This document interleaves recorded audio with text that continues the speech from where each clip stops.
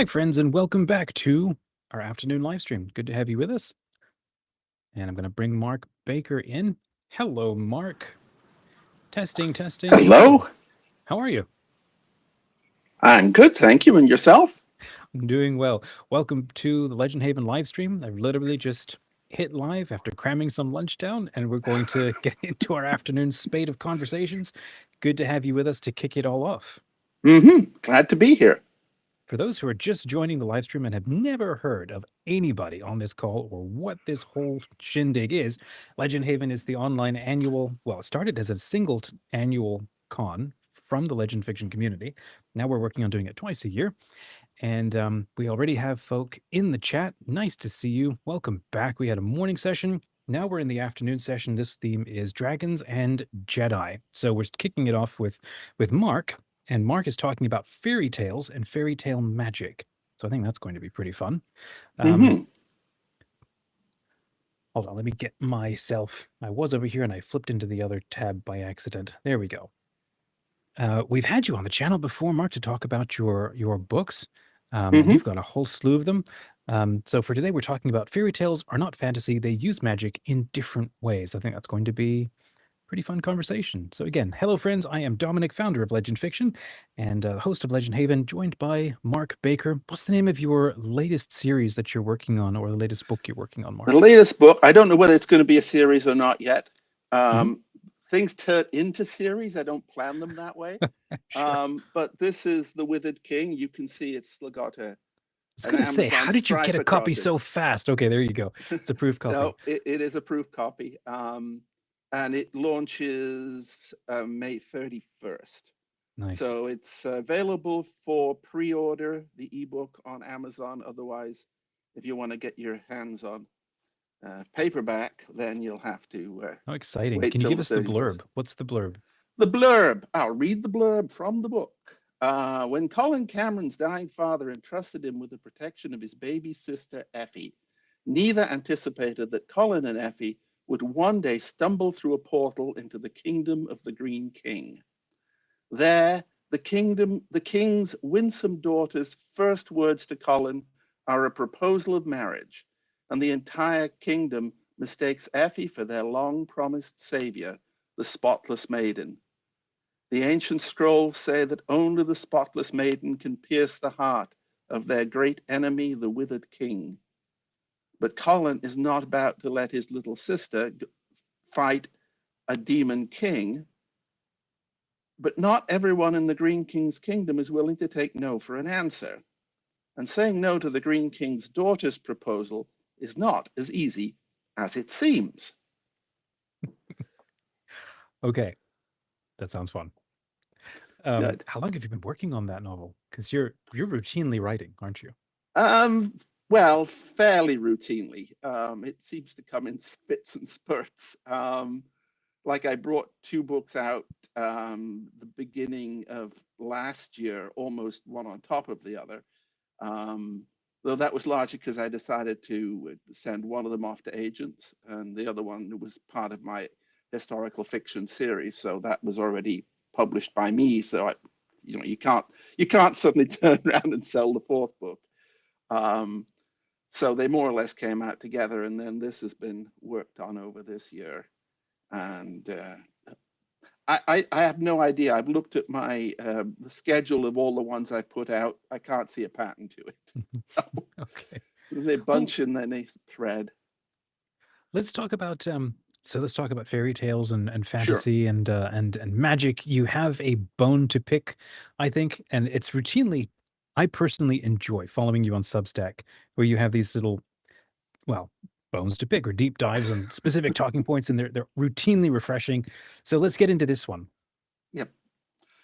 Okay. So, as you may know, J.R. Tolkien wrote a wonderful essay called On Fairy Stories. This was long before Lord of the Rings came out, and therefore long before there was a genre known as fantasy.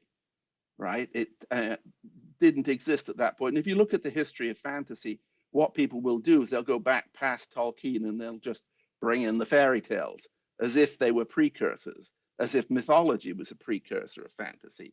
And of course, fantasy borrows from these things, but it's in fact quite different. Something happened. It sort of starts to happen in Lord of the Rings in a way, though I would argue with Tolkien that Lord of the Rings is a fairy tale. And the difference is that in fantasy, magic is a power to be used. I was actually thinking this in terms of the morning theme, which was magic and monsters. And it's like fantasy is magical men fight monsters. Okay. And the fairy tale is ordinary men fight magical monsters. Oh, that's so cool. That's great. Okay, and, keep going. There's actually a quote. Sorry, I'm just scrolling in my other window here. Chesterton in Orthodoxy, he writes, "The old fairy tale makes the hero a normal human boy. It is his adventure that are startling. They startle him because he is normal. But in the modern psychological novel, the hero is abnormal, the center is not central. Hence, the fiercest adventures fail to affect him adequately, and the book is monotonous. You can make a story out of a hero among dragons, but not out of a dragon among dragons. The fairy tale discusses what a sane man will do in a mad world. The sober realistic novel of today discusses the essential lunatic will do in a dull world." Now, of course, fantasy doesn't exist as a category for Chesterton either, any more than it did for Tolkien. But I think in that there's this idea, I think, that what fantasy has become, that it is the story of a dragon among dragons, right? Yeah, It's Harry Potter is wizard versus wizard. And what is Harry doing? He is going to school to learn to be a better wizard. It really takes from science fiction in that the focus is competence. Gain competence, use power. Whereas if you look at Lord of the Rings, Frodo does not gain power. He doesn't, he has no more power at the end than he does at the beginning. In fact, he stumbles at the end, right? It isn't Frodo's action that destroys the ring. And all the powerful people, all the wise people, all through the book, every time he offers them the ring, they turn him down because they know they cannot master this power. This power will master them. And so they refuse it. Only the most humble, the only person who ever voluntarily gives back the ring is the humblest character in the entire story. That's Sam, right? There is that moment in Mount Doom where he has become the ring bearer very briefly. And when Frodo demands it back, he gives it back. No other character can give it back, only Sam. He's the only one who's not powerful enough, but humble enough. And then, of course, it is Frodo's earlier charity towards Gollum that brings about the actual happy resolution. It's what Tolkien called the eucatastrophe, the happy catastrophe. And that's merited by an act of virtue. So fairy tales hinge on virtue, and fantasy, like science fiction, hinges on competence. And mastery. Mastery, exactly. It's mastery, it's competence. There is this line in On Fairy Stories where he's talking about fairy is being defined by prohibitions, by laws. Fairy tales are very much about living under the law. And he says, there is in fact no wedding between a princess and a frog. The frog was an enchanted prince. The point of the story lies not in thinking frogs possible mates, which is kind of the fantasy thing, right? In the fantasy, you might really want to marry a frog. Let's have a whole story about being married to a frog. That would be a fantasy trope, but a fairy tale trope is not about thinking frogs possible mates because they are in fact enchanted princes. It is the necessity of keeping promises, even those with intolerable consequences, that, together with observing prohibitions, runs through all fairyland. This is what fairyland is. Fairyland is this land of moral absolutes. And the magic in fairy tales is chaotic. It robs you of capability. It doesn't grant you capability. If you look at Tolkien's favorite was Sir Gawain and the Green Knight, where the Green Knight comes to King Arthur's hall. He says, any knight in this hall can take a swing at me, but he must come to my hall in a year's time and receive my blow. So Gawain gets up, chops the Green Knight's head off. Great, act of knightly prowess. The Green King tucks his head under his arm and rides away. And of course, now Gawain, because keeping promises, right, has to ride to the Green King's hall. And he already knows, like, I can't do anything to this guy. I'm hopeless against this guy. But he goes to the Green King's hall and he's welcomed. But then while he's there, the Green King's lady attempts to seduce him. And he resists her, and he resists her, and he resists because he is a virtuous knight. But he does steal a kiss. So then comes time for him to receive the Green Knight's blow. The Green Knight takes out his axe, takes a mighty swing, and nicks Gawain in the neck. And that nick was for the kiss. The implication, of course, being that if he had given in to the seduction, then his head would have been chopped off and he would have been dead. His knightly prowess means nothing. He is saved by his virtue. And so there you get the ordinary man facing the magical monster. Yeah, exactly. Situation. Exactly. This is what fairy tales are like. And so fantasy is a very different. Now you can. I mean, they'll both get shelved in the same shelf in the Yeah, but you're right. They shouldn't. Fairy tales are far more relentless and rigorous in their applications of, well, as Tolkien would say, the laws of fairy. Yeah. Mark, I need to have you back on the channel to do a much longer, deeper dive on this. I've been reading Martin Shaw, and all he does is talk myth and fairy tales. And there's like a Russian fairy tale that comes to my mind, and we're totally out of time to now talk about it. Where can folk find you online to get a copy of The Withered King, either to pre-order or to learn more about you? Well, I did just put a copy of in the book fair because I found that link. And you can find everything from gmbaker.net. And that will find everything of me. Wonderful. Mark, thank you so much for jumping onto the live stream and kicking off our, Dragons and Jedi segment and mentioning the phrase moral absolutes, which is a Jedi thing, or not, as the case may be. Whatever. Thanks again, and we'll bring on our next guest. It was good to see you, Mark. Thank you. Bye-bye. And welcome, Althea. Good to have you on the live stream. How are you? I'm doing pretty good. I had to make sure I charged my headset, make sure it worked this afternoon after being on all morning. That'd be like so bad being a geek girl, having my tech die. That would not be good. Always happens. Always happens. Always. Good to see you. Yeah. How's your day been so far, apart from the tech stuff? It's been good. It looks much nicer out, but it's not warm enough out. It's not even 50 here. So yeah. Really? Yeah. Well, for those who have never met you and never heard of you, I haven't yet been able to get you on the channel and to talk more about who you are and what you do and so on. What is your origin story? And well, first, what's your latest book?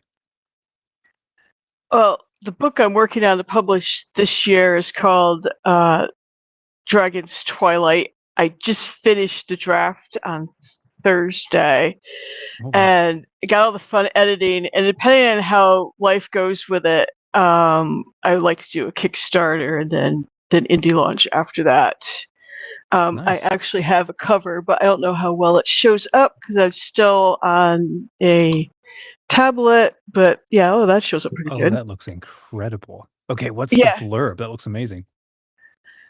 I'm still kind of working on the blurb because I got mostly the dragon's point of view, but the quick and dirty blurb is the main characters. I have 2 dragons and a human that are the main characters. The ones on the picture, I have Kragnar, who's an ice dragon, and he made an oath 300 years ago to a queen after like saving them and realized, because the undead were taking over the city, and he helped that queen by destroying things with what became his life mate.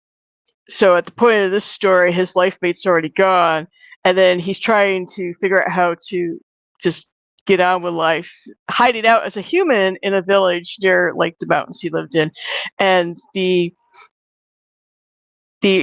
oath crystal that he gave to the queen, well, the descendant finds it. He has to go on like this puzzle hunt, but he shows up with it in this village because the pendant will lead him to where the dragon's at.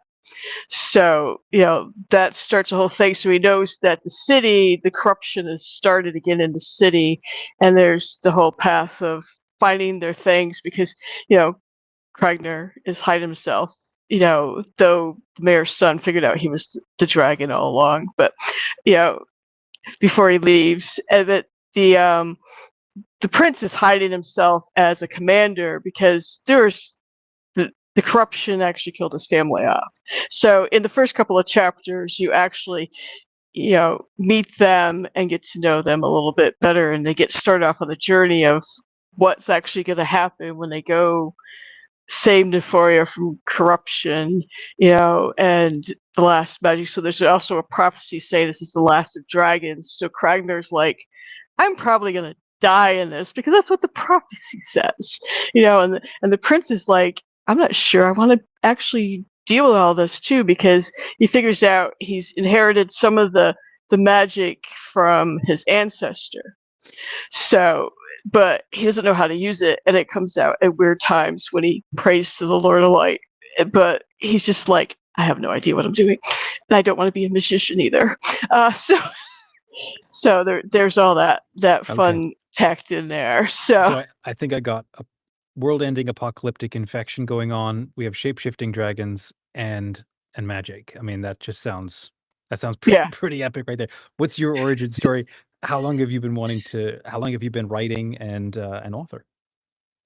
I started writing as a kid, and I actually did like draw and use construction paper and made my first book at 7. But as far as actually really being an author, it started with this book that came out 3 years ago. Oh, nice. Okay. And this is a trilogy. The third book, so there's like this is the second book. So I have all this trilogy out already. Okay. And it follows these 2 as they go from the runaway princess trope all the way up to, having to prove who they are as, as a king and a queen. And I hit at my dragon's prophecy in the third book as an Easter egg, just for the fun of it, only because the idea came up. But and Tolkien got me into fantasy. The funny thing is like everybody talks about C.S. Lewis and Narnia. I don't think I read Narnia until I was like 30 something. So I'm like going, oh, okay, they were kind of fun to read. But Tolkien was the first thing that kind of got me interested in, and then of course we got the guy talking about like fairy tales versus fantasy, and so it's like it's very interesting how that lays in there, because in this trilogy, these guys have to overcome by their faith and learn to be who they are to be able to overcome all their things. In the dragon story, there's a little bit of magic and stuff in there, so there's kind of like more fantasy in my dragon story. but it's part of like the history of my world, so it happens before my initial debut trilogy. And it's how like the Lord of Light was trying to shrink down, the magic and stuff in the world because it was being used wrong. And he didn't want so much power because the dragons have ways of sucking up power from other places, and they could So get. all of these books are in the same shared So, universe? yes, they're all in the world of Carnum that I created, which I just took a D&D world from my early days and tweaked it and said, you know what? I can use this for a book. So that's, yeah. Oh, that's fun. Okay, I So, need to have another conversation with you about D&D and storytelling because that's an ongoing fascination for me. But you had pitched a topic which I thought would be cool, which yeah. was how writing fiction is both fun and therapeutic. So, what's your thoughts on that? Because I totally agree. But what do you think? So well, the fun part is like, even in the hard to write scenes, if I'm not actually having fun with my story, I'm not going to complete my story. That's just the way it is. As far as therapeutic, well, since my mom passed away on Easter, and then she was having a lot of health concerns, so it's like February through, middle of April, actually even up through some of last week was very long with everything with that. But I found that if I don't write, I feel totally off. And it's like, and then just getting into my writing actually kind of lets my brain get away from thinking too much, and it can kind of Yeah. digest it Mhm. subconsciously. Just like when I can't figure out what I'm writing, I'll go do something else. So my brain's on that. And so it kind of worked as a therapy. The the thing that actually makes me cry sometimes when I'm writing this book is because like Kragner lost his life mate and he's trying to figure that out. So there's a few things in there where he's doing that, and then I'm watching my father during this time and seeing how he's grieving. It's like it it hits it hits spots. It's But a way to be processing what yeah, you're experiencing yourself, and you're able to explore it in a different way through your that writing, right?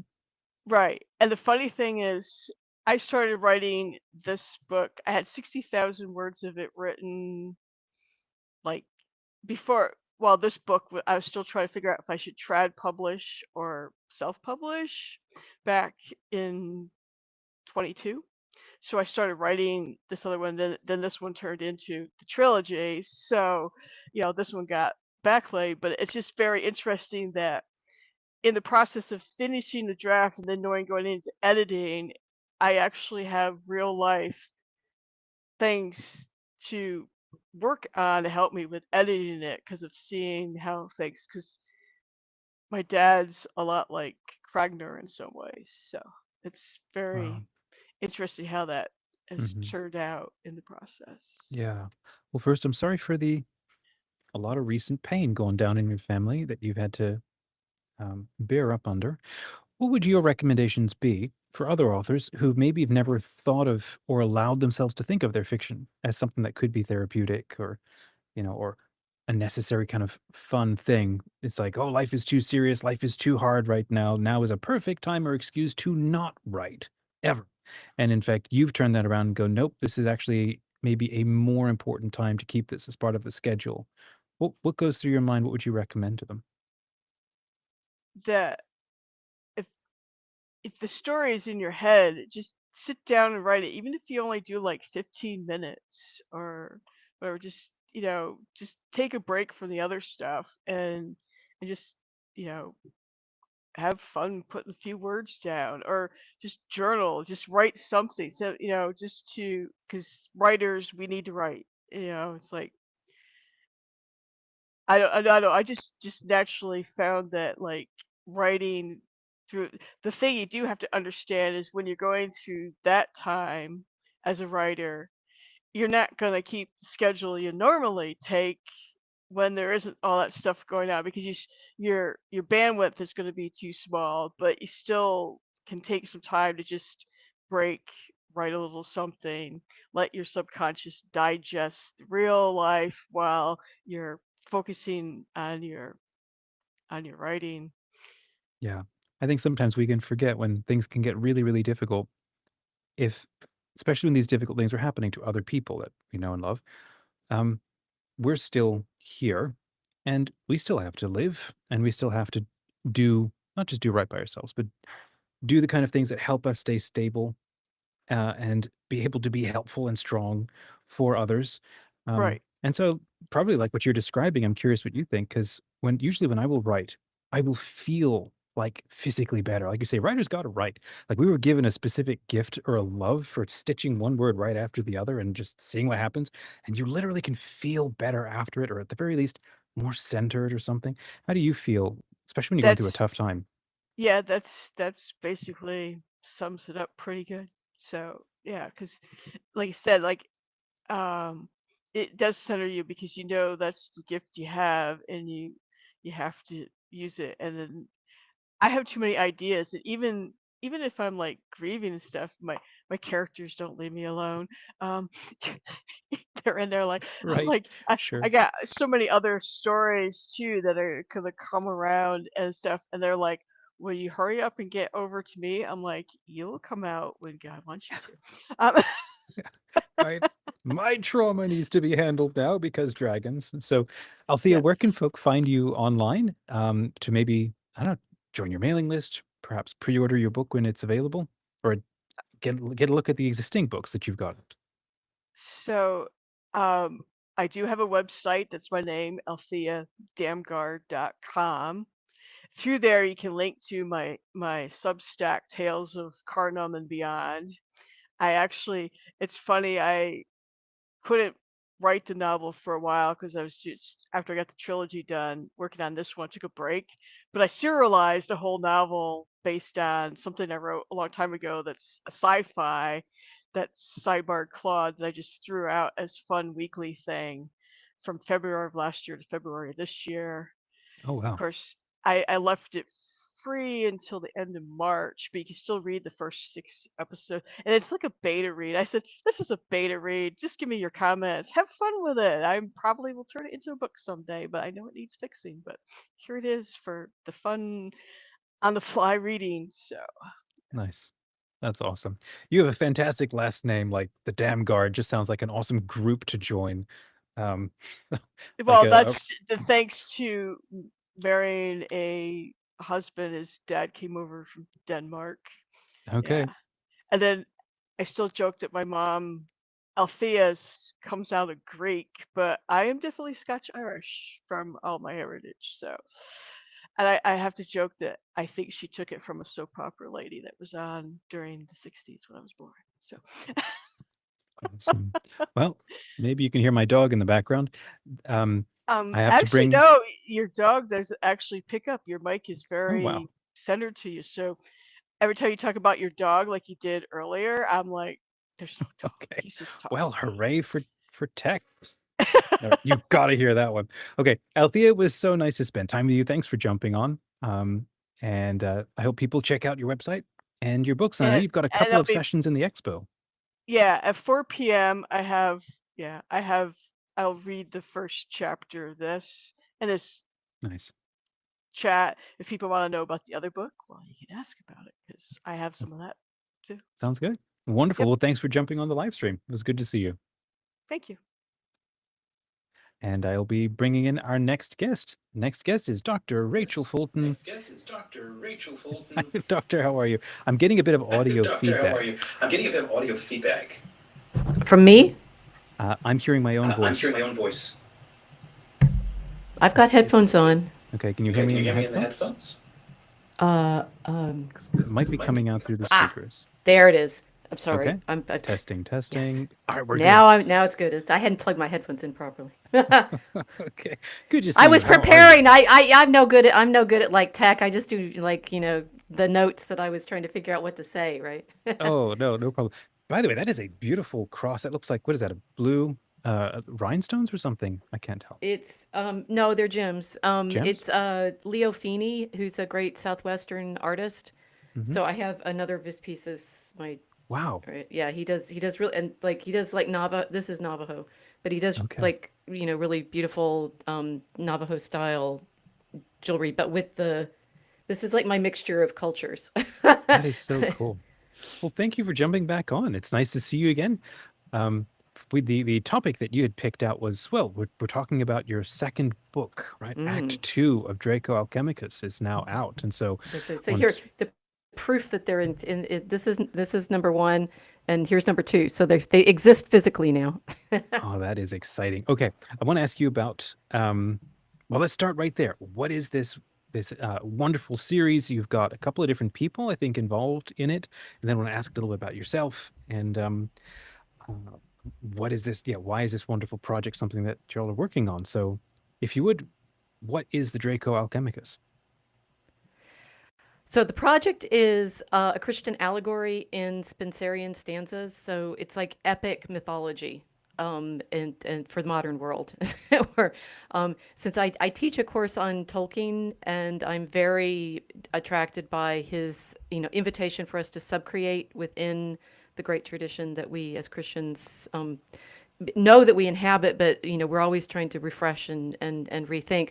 And as a medievalist like Tolkien, I'm very aware of the difference between the layers of meaning that are available in medieval literature versus what we do in more modern storytelling. And so the Draco Alchemicus is a project to revive medieval poetic mythology for a modern audience. What is that challenge like? That's a unique thing to be tackling, and it sounds fascinating. So some of it is I am so steeped it's like my scholarship is steeped in medieval readings of scripture and in the understanding that scripture itself has multiple layers of meaning, that there's a literal sense of the text, there's an allegorical sense pointing to Christ, both in the Old Testament and obviously in the New Testament, but their relationship between the Old and the New Testaments. There's moral teachings that help us understand how we fall away from God. And then there's the invitation to transcendence, the anagogical lifting up. And in my scholarship, I've written several books which are trying to show the way medieval commentators, particularly in the monastic tradition, use things like the Psalms and the Song of Songs to talk about the love story of Christ with his mother, with Mary, but also with our souls. Mm-hmm. And the challenge is, all this I've that is simply baseline understanding of what the medieval reading of scriptures was like. And most modern readers tend to think of reading scripture as first and foremost a historical problem, that we're reading them for their historical context, or we're reading even the Gospels for evidence of a historical past, which is one layer, which is definitely there. But we don't typically recognize the other layers. It's harder for people to see the allegory.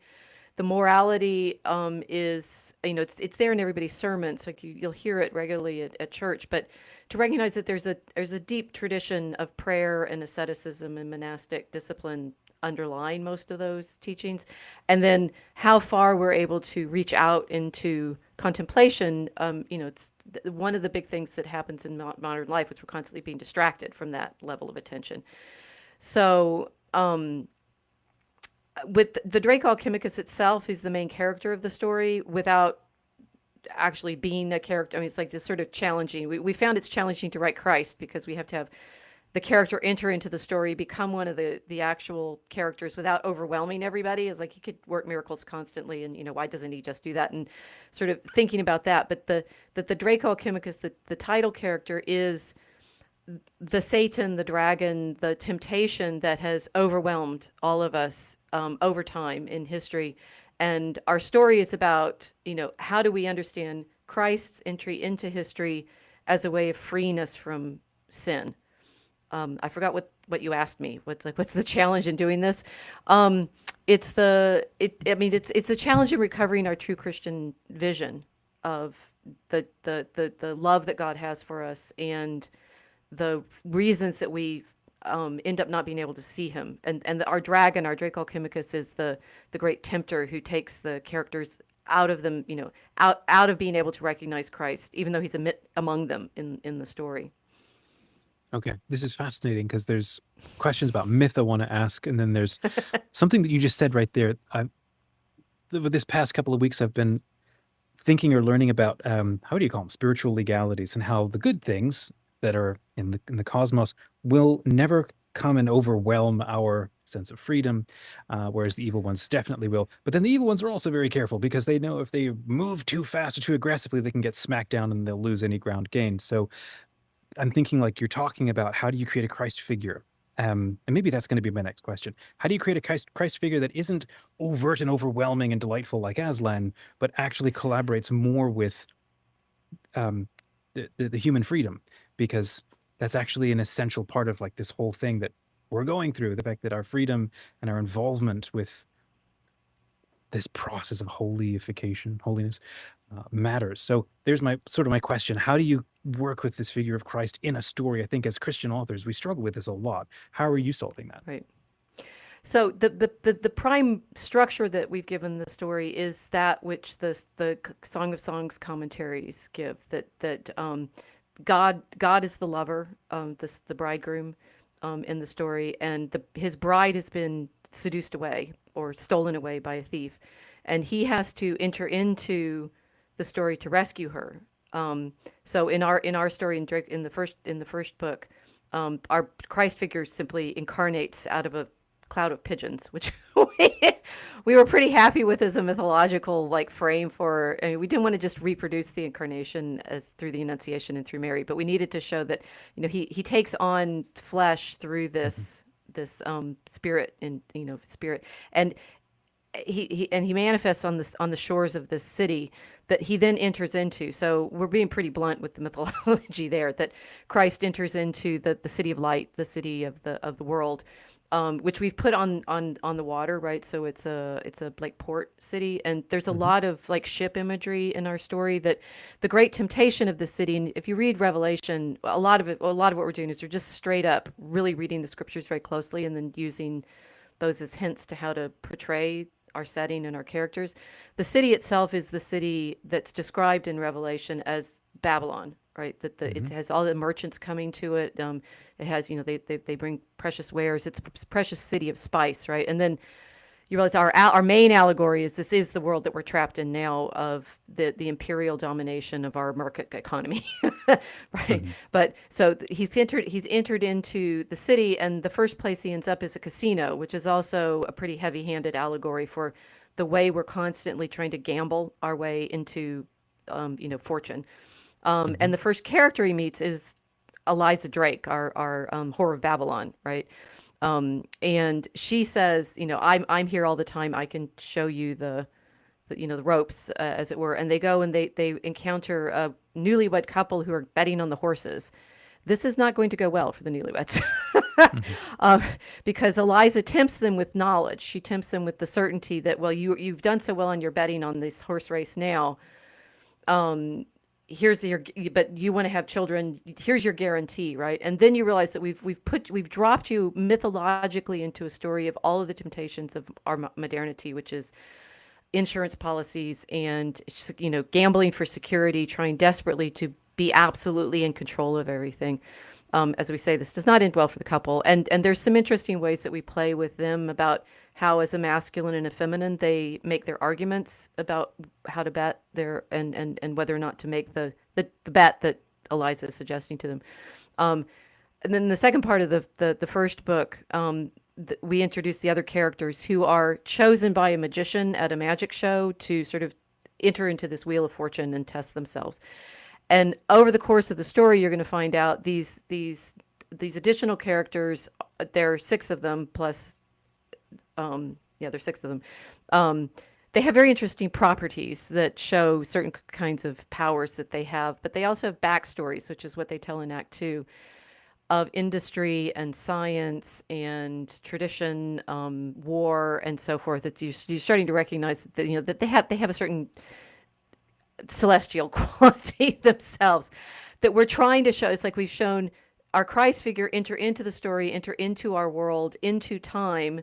The sort of a lot of the layers of the story are kind of time travel problems, that hopefully we're showing the reader how we get trapped by it, because all of these characters are meant to be appealing, right? When our Dominic, he's Dominic Van Demonium, and his story is about industry and wanting to build great things and such. He should be like appealing and sort of grandiose. And over the course of the story, we're going to find out how each of them is caught up in their own desires by the promises that the dragon can make. And our real challenge for showing the Christ figure is, I mean, they're going to have creation turns on its creator. The creation is going to have to turn on him and kill him. But if you've got God as your interlocutor, how do you show both, you know, the way in which he would speak as Jesus does in his incarnation to the people of the city and to his creation? And I'd say as Christian storytellers, we're starting from the place where medieval exegesis does, with there is a story that we're in. It's from creation to revelation. It's got pieces of it in its characters in the Song of Songs and the Psalms and such, and yet we're also trying to tie it into our contemporary temptations and desire to conquer time. Mm-hmm. What a fascinating! I love that definition of myth, where you go from creation to revelation, and then it's engaging in our modern day. I think that's a Right. massive reason why I've wanted to pick up myth, or at least I want to include myth as like one of the top 4 things that we talk about with legend fiction and so on. As a medievalist who teaches a course on Tolkien, like I wish I could go to your classes, what is it about myth that is so important, especially this myth of the great true myth of Christ that re-engages in time and space and culture and so on? And it's so important to you that you're obviously turning it into this multi-episode series to engage with this. Why is that so important? And we just don't understand it. We don't get it, most of us. Well, in my Tolkien class, and if people want to check it out, I have a blog for the students that they're writing in. It's Tolkien Medieval and Modern.blogspot.com. And one of the major things that people know about Tolkien is he says he disliked allegory, much prefers history, real or feigned. And then you realize history, real or feigned, he also conflates with myth, particularly in his Notion papers, his time travel story, where he says, he has a character saying, if you go back, the further back in time you go, you find history becoming more mythical. What it is he wants you to recognize, and myth in his understanding does this, that we are part of that same story, right? This is the Augustinian recognition that in our conversion, in our catechism, we're told the story of creation to redemption, and then our entry into it is to recognize ourselves in that story, right? We're part of this story, the church, and it feels mythological. We live in the myth, and Tolkien pointed to that too. He's saying, the great fairy story is, of course, the Gospels, and it's the fairy story on which all others are modeled. So with Draco Alchemicus, we're playing very much in Tolkien's mode of trying to write a story that has historical grounding, but that it shows you how in history there's this transcendent referent for you constantly as well. That line is so fun. The further back you go, what is it? History becomes myth. What a great way to. Okay. Yeah. We have to close our segment and move on to the next one, Dr. Rachel. But where can folk find you online and get a copy of the second episode in your series? So dragoncommonroom.com is our website, and you can find there the books. You can find links to our Mosaic Arc podcast, and hopefully links to all the other stuff that I've referenced. I've done a number of backstory pieces on my Fencing Barrett Prayer blog if you want to know what the layers are in these stories. So yeah, hopefully people will be intrigued. Wonderful. Friends, there you go.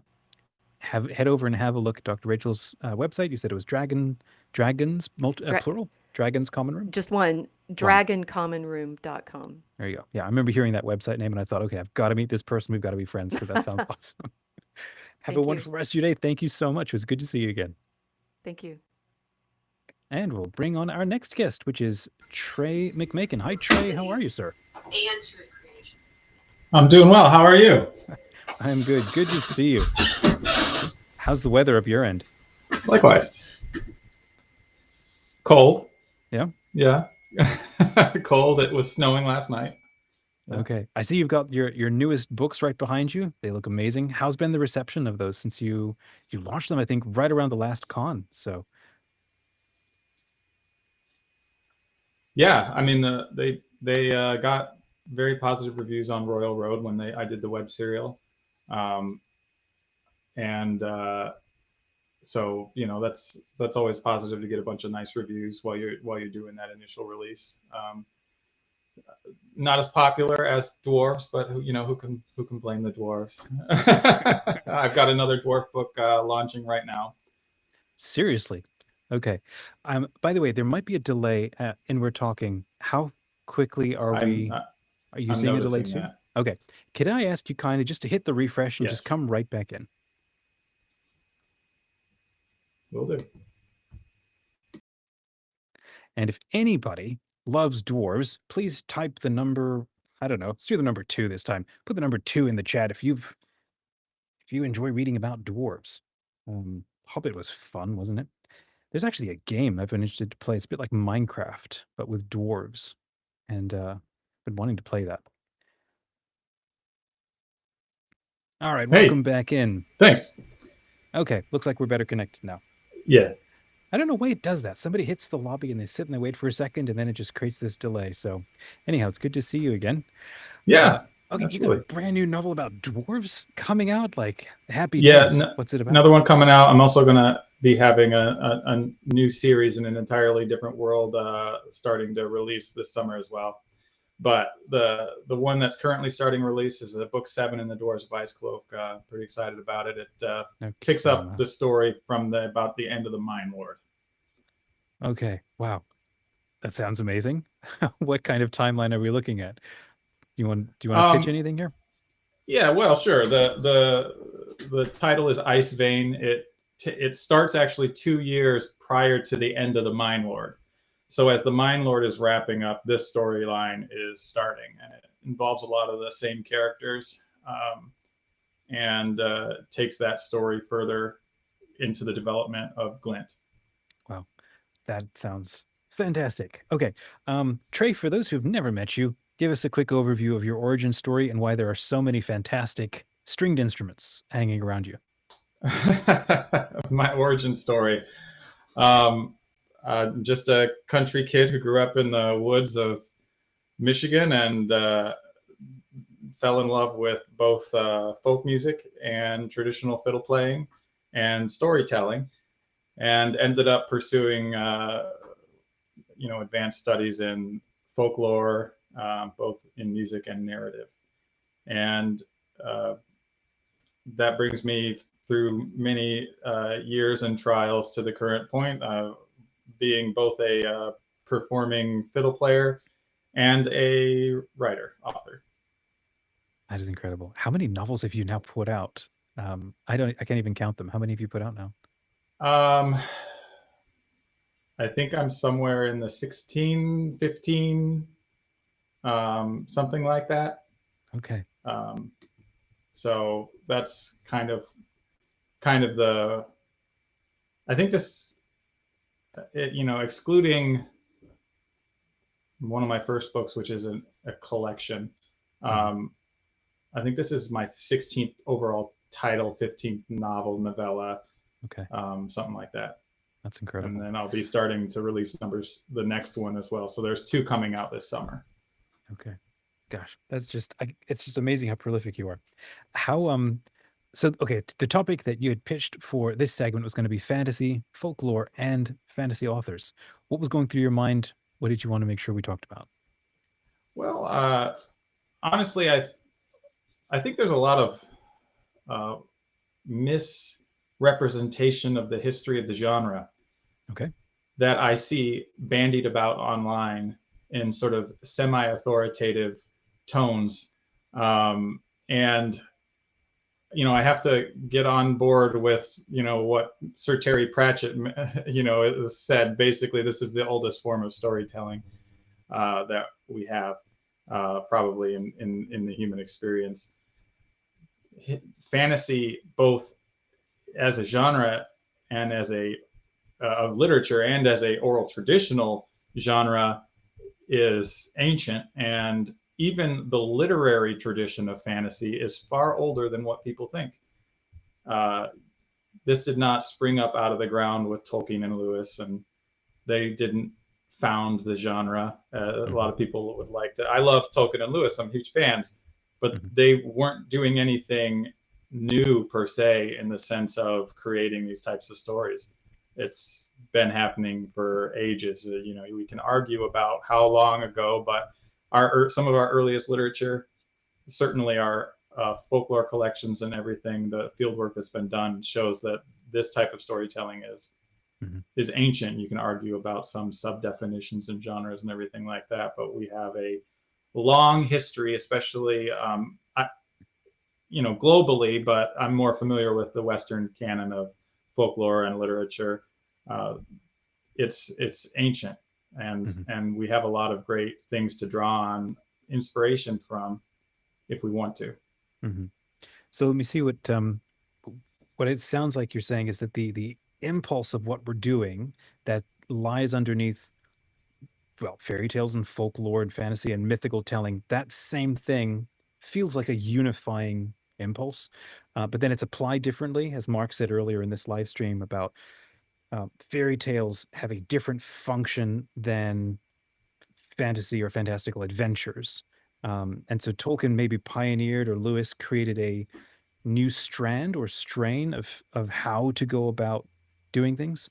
How would you, what sort of definitions are you working with then? I guess I'd have to hash out what he meant particularly by adventures. Like the German Märchen, which is that genre of fairy tales, or the different cultural versions of those fairy tales. There's tons of adventure, travel narrative tales. Mark, I apologize for misrepresenting you. I probably did. But I don't know. I would have to talk to him about, where he was, what his particular view of that was. But it's really hard to lump oral traditional tales because you have oral traditional epics, you have oral traditional fireside stories, often talked about as Märchen, the German Märchen. You have a whole variety of different subgenres of the oral traditional, but then you also have the early literary. So you'll get something like an Icelandic sagas where you have a saga of Grettir the Strong, which I would argue is absolutely a fantasy novel. Okay. Would you say like the Iliad and the Odyssey, they're like mythic fantasy? They are fantasy, for sure. These people who were telling these stories knew that this was mythologized. I don't think they conceived of this as history like we would argue, people would try to argue that this is history, or they knew that this story about this Cyclops, this is just a good story. These are exciting, fantastical tales. Now, one thing that distinguishes some of these stories is that they take place in a real world version. Like the concept is this is rooted in our geographical world, like a Harry Potter type setting. It takes place in an alternate England, just like Beowulf takes place in an alternate North Sea region, or Grettir the Strong, the Icelandic saga I referenced, it takes place in an Iceland, but it's very much a fantasy story. Just in the same sense that we have Odysseus, having all his adventures in an Aegean Sea type of setting. Mediterranean, yeah. So but that's not new, and it's also, it would be a mistake, I think, to say that there aren't any alternate worlds included in early folklore. We see discussions of different worlds, and that portal fantasy is a very, very old style of fantasy. The portal fantasy is huge in folk tales. I mean, you can't hardly look at Celtic folklore without tons of its portal fantasy falling through everything all over the place. Yeah. Same with like a lot of the saints. Hagiography is an ancient stories, like they're replete with fantasy, mythic tale telling that wasn't trying to be historical, but it was absolutely trying to be real in a mythic or a fantasy or a spiritual, not to demean any of that sense, but they weren't trying to tell history the way we're like with a video camera, like trying to document stuff. They're trying to accomplish something different. Yeah, I mean, the purpose of storytelling it's very difficult to try. It's an error to try to take our current conceptions of historical literary analysis and think that people in 1,000 years ago were trying to do the same thing. That's not really what was the case. And there are times when, not to say they never did, there were people like you look at, the book of Acts was clearly an attempt at, telling a history, but then you get other things that are clearly intended to be teaching vehicles as much as anything else. Through a form of Hebraic fantasy literature, I guess. So what would you then say? Tolkien and Lewis and like everybody says, oh, they invented the modern fantasy genre, whatever. So what you're saying is the impulse or what this kind of storytelling is, it's forever human, forever young. What do you think they contributed then? Or what would you say they did contribute that was so definitive that we've completely forgotten that it's actually seeded into everything that we get up to? I actually think that one of the main things that, for example, someone like Tolkien contributed was his prose and his linguistic sensibilities. I think that sets him apart in a unique way. Obviously, he's a philologist, but his ability to create a cohesive, unified, poetic world sets him up as a giant in the genre. I'm not in any way trying to argue against him being a giant in the genre, but he borrowed things very blatantly. And I actually was talking to my wife. She recently asked me, if you had any non-biblical figures in history you wanted to sit down with, because she was talking about how she'd want to sit down with Ernest Shackleton and ask him a bunch of questions. And I said, I want to ask Tolkien, and I specifically want to talk to Tolkien and ask him what was his guiding principle about the things that he was just lifting wholesale from other sources and the things he insisted on inventing himself.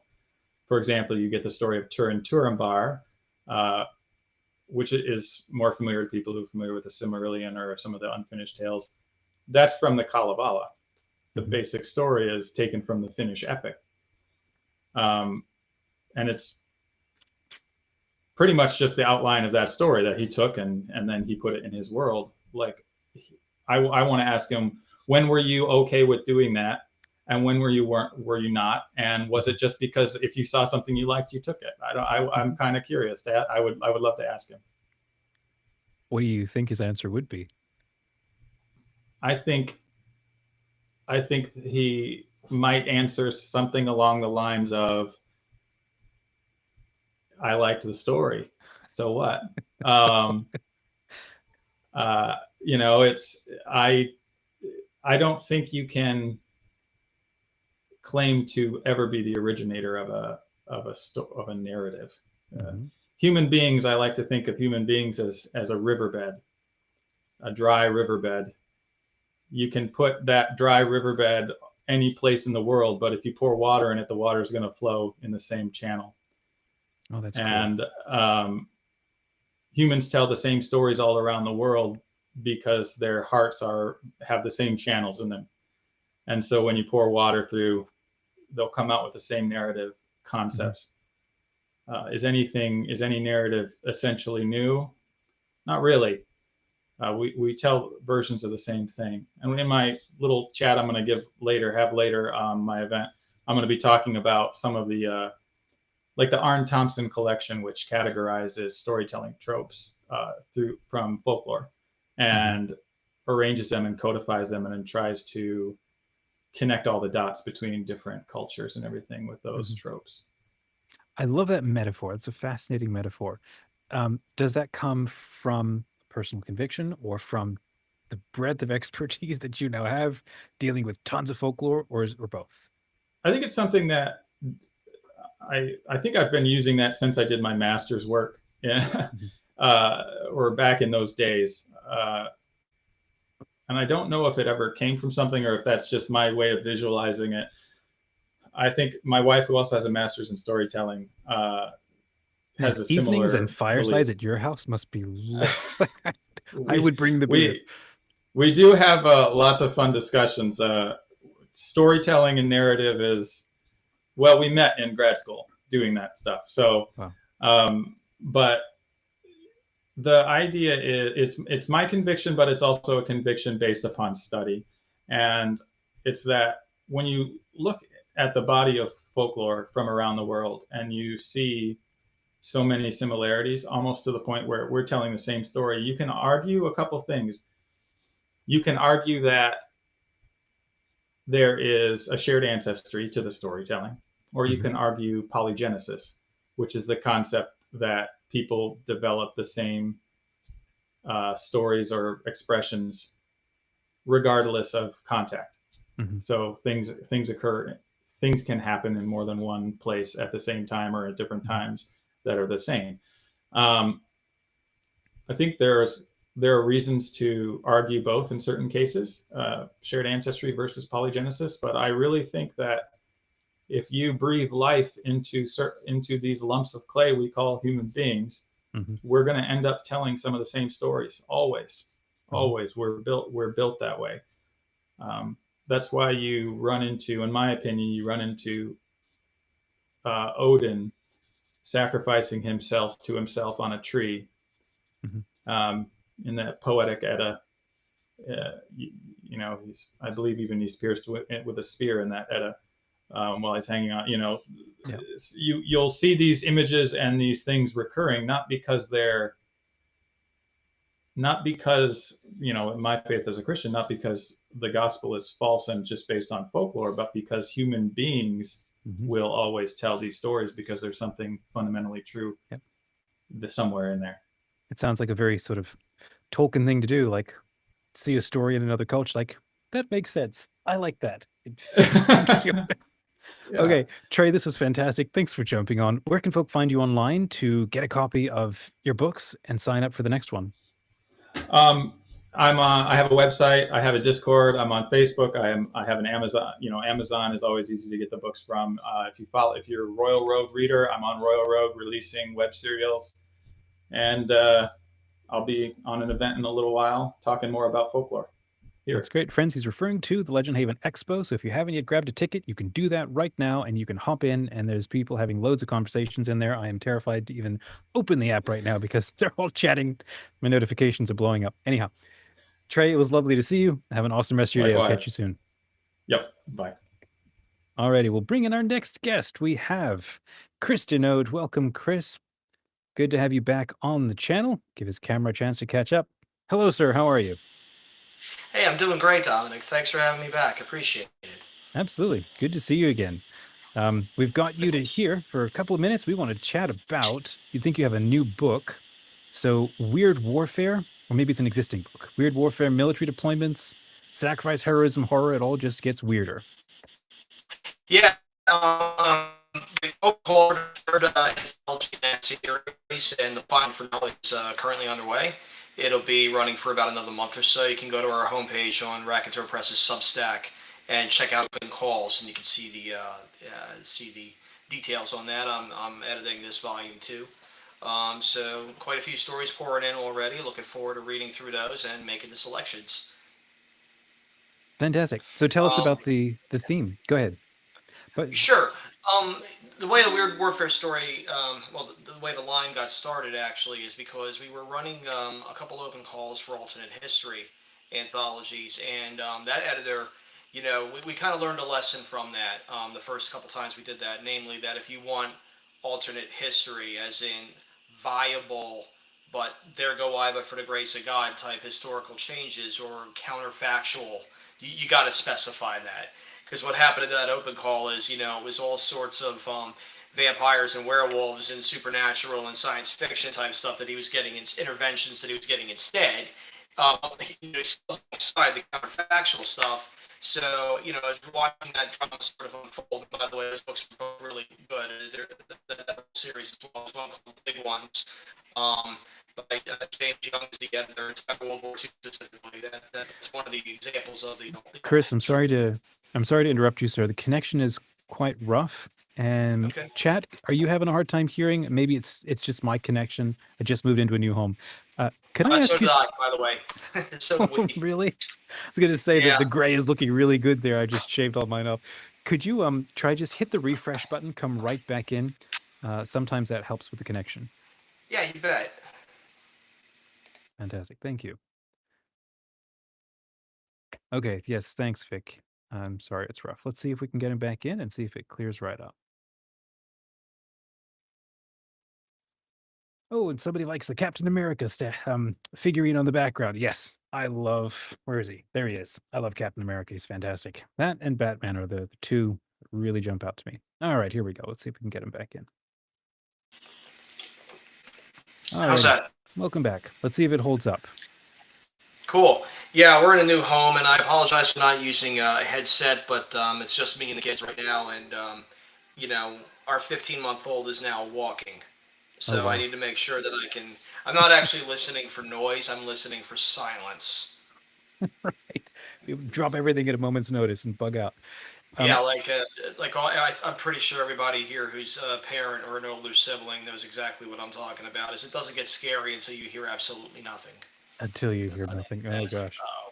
Sure. So to kind of get back at it, so we decided we're going to make a home for all the weird stories. You know that that we're military themed, in some way warfare themed, and but featured something supernatural, magical, science fiction, instead of just straight historical counterfactual. So I'm going to plug the book lines here. We do both kinds. So take a look at our catalog. So I was happy about with the first two books. We had a strong presence from GWAT veterans in both, and I'm hoping that continues for the third one here. I did ask that people see if they can focus a little bit and give me stories with conflicts you won't read about as much. Like I would love to read something set in the Russo-Japanese War. Just example or something like that. Just to mix it up a little bit because we had so many strong World War II entries. Everybody wants to write World War II. I'm just a little done to death, if you will, with they saved Hitler's brain and Nazi zombies and all that kind of stuff. It's like we get it. Everybody and their mother's done it. All right, it's like you're not the first. I'm not saying that people can't do World War II, but I'm just telling everyone, look, the bar is going to be really high. Yeah. What are some of your favorite stories that have come through these collections and that you want to see more of? The opener for the first Weird Warfare volume is called Emissar Merlin. That's main supply route, for anybody not familiar with the terminology. And that is basically set in the surge in Iraq, the early part of the Iraq War. And it's got magical special forces. And it was done so authentically.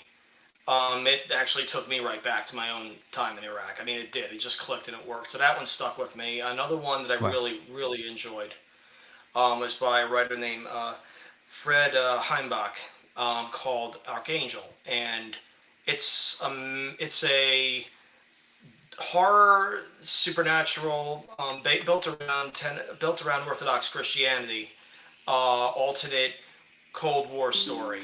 It's a combination of The Hunt for Red October and Event Horizon.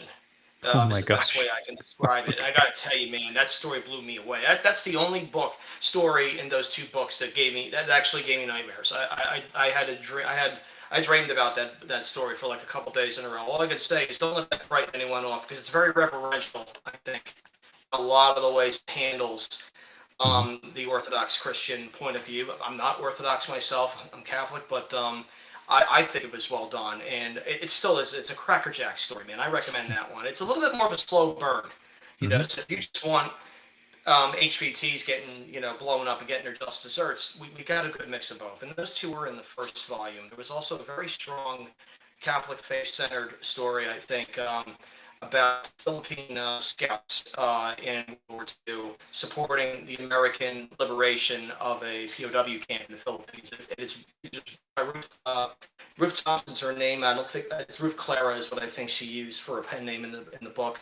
But that one was very, very good in its portrayal of Filipino folklore, and very reverential, I think, towards the faith also. So those are the first three in that book. Yeah. Amazing. And then the second one, being a monster, is one of my favorites. It's a weird story. One of the weirdest stories I've ever read, called Theater Zero, written from the Japanese point of view in late World War II. And I can't even describe it. It's one of the strangest things I've ever read. So I really wanted weird, not just, oh, there's, it's World War II with vampires. I wanted, something that was just genuinely strange. So, and that, boy, did that do it. And what was amazing about those two books is they came from one open call. Okay. Yeah, we had an open a slot that came open, so we were able to publish them back to back, and I'm hoping that we have a strong third one so that we can have a nice little box set for Christmas. That sounds fantastic. Wow. Okay, so this is through Raconteur Press, right? How does somebody go about joining an open call like this if they've got something weird that they want to suggest or submit? We've got the submission. We got the submission guidelines on our Substack page, as well as that includes the email address that you can submit to. It's also got our style guide. It's a downloadable picture. It shows you how to set up your document for Word, because that creates the least amount of work for our layout folks and copy editors. But go to our Substack. Go to the Open Calls tab right at the very top, Open Calls 2026, and all the ones that we've already done will be crossed through, and then you'll come down to me, because we got 2 open right now. And just follow the guidelines, folks. I'm looking forward to it. But even if you don't send, all right? don't hem and haw over it. Don't second guess yourself. That's my job. I'm the editor. Make me do my job. Let me do my job. You do your job. Write the story. Send it in. Right? Massive props to everybody to have a look at Raconteur Press. I think it's rackpress.com. Is that how you spell it, or is it raconteurpress.com? What's the website? I'll get you that here, right? Just 1 second. Because, there's the... if you want, if you've got the chat open, I can throw them in there if you want. Here we go. I'm going to throw you the Substack page. Yeah, this is where I would go first. This is more up to date than our website, our actual non-Substack website. But you guys put out almost 2 anthologies a month. Like, you are constantly looking for content, and you do royalty shares, I think, with the participating authors who get published, and you're one of the editors. You professionally edit them. Yeah. I absolutely love you guys and love collaborating with you. And I've had a ton of you show up on the Legend Fiction channel and just talk about your books, and that's always a treat. I appreciate that so much, man. I mean, I'm glad that we're getting that kind of kudos and that people get what we're doing. We are doing novels now as well, and I'm editing the boys book fiction line that we started under Cedar Sanderson last year. And we really got 2 flavors of boy stories that we're publishing. Heinlein Juvenile-esque, Heinlein Juvenile, I want to make sure I emphasize that, science fiction, and stuff that's more historical based, or we are doing historical fiction now. Perfect example is A Boy Against the Boxers. It's set in China during the Boxer Rebellion.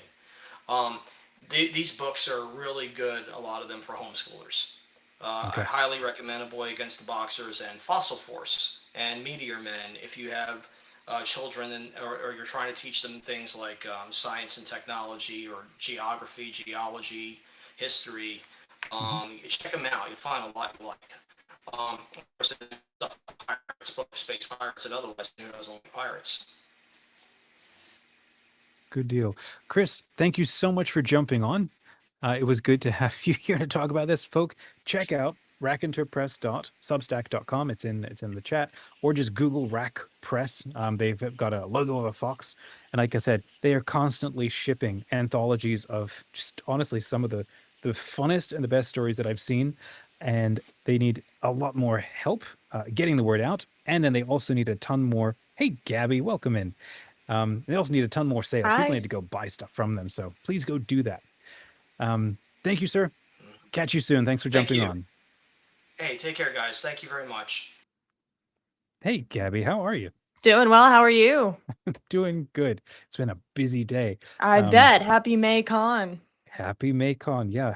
What is it? Happy May the 4th is, well, I think we can say that, right? May the 4th be with you all. And I'm totally not lisping at all. I'm sure everybody makes that joke. I'm sorry. I'm a dad. I'm allowed to make dad jokes. I didn't even know that joke until last year, and you guys taught it to me. I was like, everybody was like, seriously? Happy May the 4th. I was like, what is May the 4th?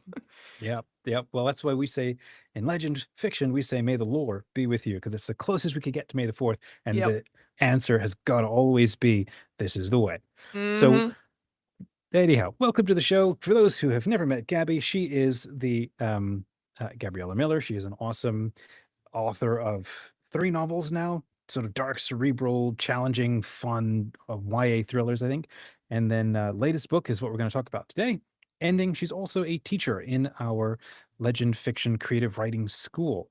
So we've got somebody here in the chat. Hey, Gabby. So happy to see you here. Let's talk about your latest book, Gabby, and Ending, which is your new fantasy thriller, where you, as you said, this hilarious line, you're all about writing nature as a bunch of murderous teenagers.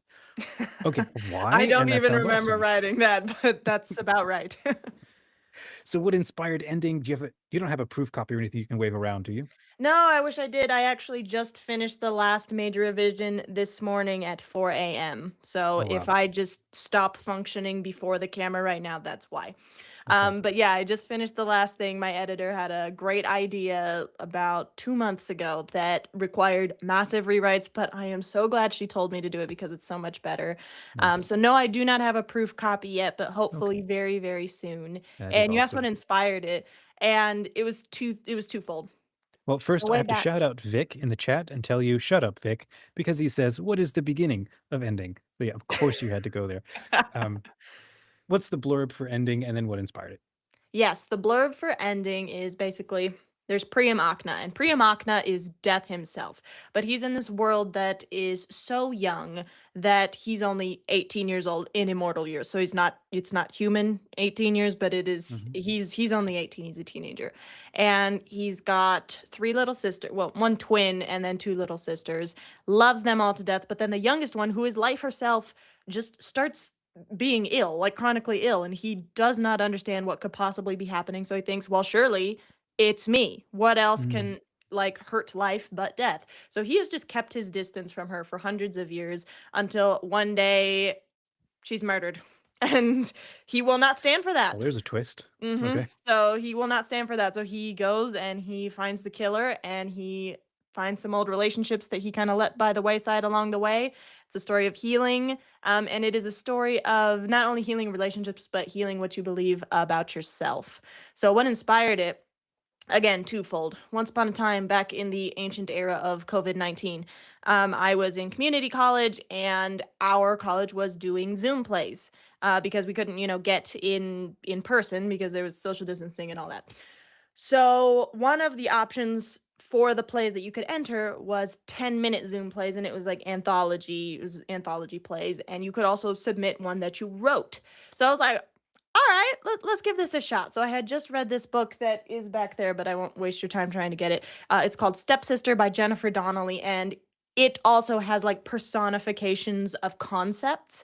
And I really, really loved that book. So I kind of took that as inspiration. I was like, okay, what can I do with personifications of concepts? And then over a weekend, I think I just kind of fast drafted this little play. And there was death, there was life, they were all siblings. Thank you very much, the real awesome kitty. And I am the first to admit the play was not my magnum opus, but it was a fun time. And it stuck in my head, and it stuck in some of my audience's heads. They were like, this concept is really interesting. So then I wrote a short story, and then I wrote a novel, and now it's going to be a quadrilogy, but I just finished the novel. It is a mystery thriller that I am getting a lot of feedback, is a lot like Six of Crows. So if you guys like Six of Crows and you want a similar vibe to that, Ending is for you. And the other then the second part that inspired it was, so that was like what inspired like the meat of it, but then the soul of it, I guess, the Priam's journey was inspired because I used to really, really have a hard time with spiritual OCD and scrupulosity, and I, praise God, have been healing from that a lot the past couple years. So it's not such a thing anymore, but I remember just how not great an experience it was. And so I wanted to explore that in this book. And so I just kind of made it an analogy. Okay, Death himself just feels like he himself, everything he does all the time is just destructive and bad. And so he has to be very like controlled of himself. He has to stay away from people. He can never feel happy. He's always like not doing enough. He feels like he's being selfish all the time.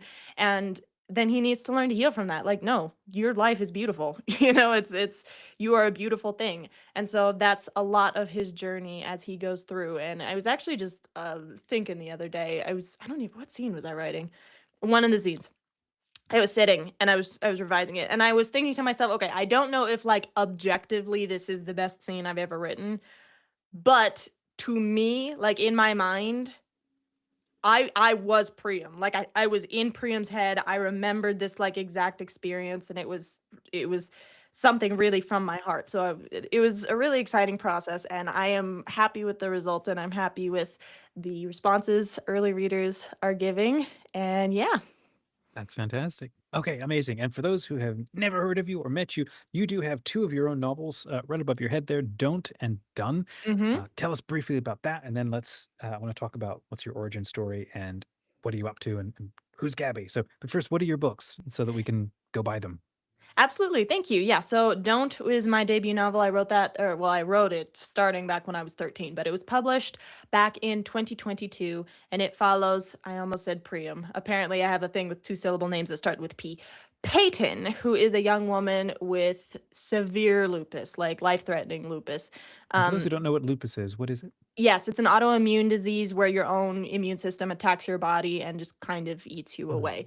And hers is particularly severe. A lot of people, might have a milder case of lupus and they have to, pay attention to it, tend to it. But this one is like actually killing her. So the pain keeps her up at night. And so because she's up at night, she winds up being the only witness to a crime that is way close to home. Because, first of all, it involves the person who a few months ago killed her stepfather. And it also, in a way that I am not going to say because you have to read it, just in a way, it winds up involving then her stepbrother, who has been like a brother to her whole life, who, since the stepfather died, just all of a sudden seemed to like back away and get very cold. She doesn't understand what's going on. And then all of a sudden, he's also wrapped up in this. So now she's wrapped up in it because she's seen it and people need her to not say anything. And so they're going to come after her. They're going to threaten her. They're going to threaten her family. But she's not going to let that happen. Not while she's still breathing, and she is not dead yet. So that is the first book. And then to prevent spoilers for the first book, if you read the blurb of the second book, it's going to give some spoilers, but I'm not going to give them here. It follows a side character who is pretty much Peyton's sister, not by blood. She's pretty much adopted. And it's her story 3 years later, and she's still kind of picking up the pieces after the first book. And not only that, but someone from the first book decides to come back for more. They're not satisfied with all the hot mess that happened in the first book. His character is named Roman. He is the father of one of the main characters in the first book. He still feels like there is a blood debt owed, and so he comes back for vengeance. Mercedes, who is the side character, she is not going to let that happen, even if it means that she has to ally with her worst enemy, whose name is Luis. And it is a reader consensus that he is a sad boy, but he is their sweetheart. So he's have you seen that video by Elizabeth Wheatley, I think it is, where it's like a little skit and she's holding this little cactus. It's like a little small cactus, and it says Okay. morally gray character or mass murder, whatever, and it's like, this is my small baby, I must protect him. That's Luis. So Okay. those are those two books, and I'm gonna let you guys in on a little secret that I've been keeping just for my newsletter readers and you guys. So a third book is coming out. The third wow, book is really? going to be an alternate universe type of story, not multiverse, just kind of like what would have happened if everybody had made some different decisions in the first book, which will be especially exciting for the people who know how the first book ended. And I can't promise it because I need to stuff happens, life is chaotic, but the plan is to release it in March. So keep an eye out for that. Okay, that's amazing. All right, so as you can see, everybody, from the kind of person Gabby is, the kind of stories she writes, there's more like blood under your nails, and there's a knife in your teeth. Nothing light and fluffy here. It's all epic, thriller, serious stuff. What's your origin story, and why does this kind of fiction just grabs you and won't let you go? It started back when I was 13 and I was just starting to get into reading. I had just read Divergent and it had changed my life, which slight tangent here real quick, but it applies. So Divergent is one of my favorite books of all time. And Veronica Roth, the author of that, is actually also coming out with an alternate universe. What would have happened if she made different decisions in the first book novel? wow. And I'm over the moon. It's coming out this October, but then the last of the duology is coming out in February. So I was like, oh, let me ride that train, and I just publish it like a month, my own version of that a month afterwards. So just fun little side story there. But I had Nice. read Divergent and I wanted more. I wanted so much more. I was so excited. The problem was that there were a lot that had content or ideals or worldviews or whatever. Not that I just disagreed with, because of course you can read lots of stuff that you disagree with, but just it placed images in your mind. It was actually affecting, my soul, and I didn't want that. It's like I just want to read these awesome stories. I don't want to be inundated with these things that are actually just not healthy for me. And then I don't want to be picking glass out of my cotton candy. right, exactly right. And then on the flip side, when there were clean books, it was like, well, what you just said, fluffy and stuff that I would not read if you paid me.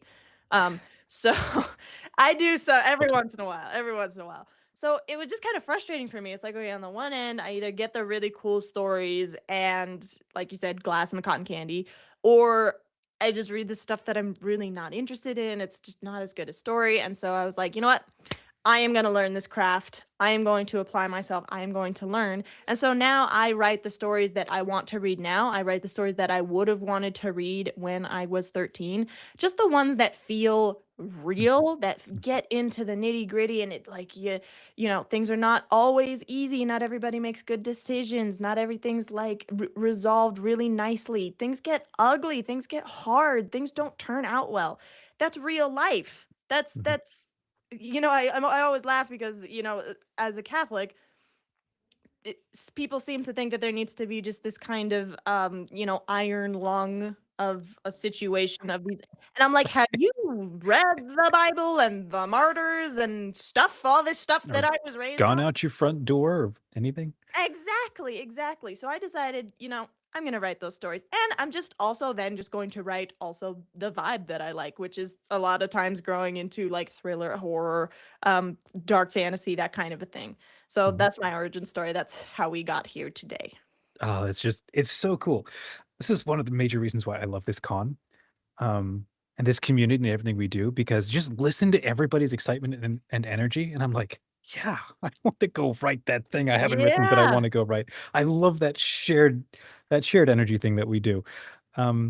Amazing. Well, where can people find you online and pre-order maybe a copy of Ending? Absolutely. So you can find me in a couple places. The primary ones, you can always go to my website. That's great, GabriellaBatel.com. You can go to my Instagram, which is or my TikTok. Both I am very active on. You'll see a lot of teasers, aesthetic reels, updates, stuff like that. Character art, which is coming soon. Those are at gabriella.batel.author. That's my tag for both of those. That's where I'm the most active. And if any of you guys are also on the internet, if you're on Instagram or if you're on YouTube, if you have a blog, anything like that, I really, really would appreciate it if you would be interested in joining my street team for Ending. You will be able to read it early. Hopefully at the end of the month, I should have a copy ready for you guys. So if you're willing to just kind of help me hype it up with your audience, once a month, you put a post, you do a blog, you do whatever the case may be. You have this really great supportive community in this private chat that we have. I was about to say I could put a link here, but actually it's probably better if you just go to my Instagram.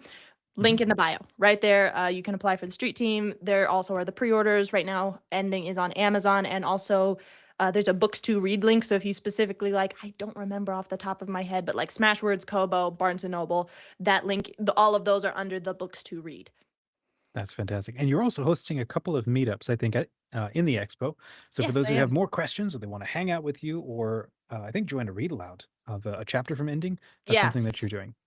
It's not a Awesome. whole chapter, but it's a couple little segments that are as non-spoilery as I can make it, and just kind of give you the best idea of the different characters, because I got a wild cast here.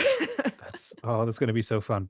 Okay, Gabby, thanks for jumping on. It was good to see you again. It was I'm good going to see bring you on too. our Thanks next so much for guest. having me. Cheers. See ya. Okay, This let's is also bring why in how I Emily. justify my glasses. So, and my live stream is starting. So, hi guys. Hi, How Emily. are Good you? to see you. Can you? Good to see you too. Can you hear me? Okay. So far, yeah, I think we can hear you. So you're Good. currently Great. out Well, at the con. yes. So we have turned our main library here in Columbus, Ohio, the main Columbus branch of the library on Grant Street. So we are here as celebrating May the 4th, which is a celebration of literacy featuring Star Wars books. And we have a lot of Star Wars characters. Let's see if I can. And maybe I can. No, maybe I can't. Maybe I'll have to just So- turn my phone around. I don't see my. Just letting you know the connection bounces It's a in little and out. blippy. Okay, yeah, sorry about that. I'm That's I'm okay. at the mercy of the Wi-Fi here. So how is your celebration going? Oh, it's good. It's good. We've got a bunch of people going off all in the expo area, and we've got a bunch of people checking us out here on the live stream. So for those who have Awesome. no idea what's going on, what you had sent me earlier was that this is a live Star Wars cosplay with the 501st and the Rebel Legion. That's exactly right. There's a Yes. screenshot. That's awesome. I'm representing the Rebel Legion right now, but we have lots of people from the 501st as well. So we have like a table here. Oh, that's so cool. Those in the chat, who's a Star Wars fan? Type the number 1 if you're a Star Wars fan or your favorite Oh, emoji. nice. So here's something you don't see every.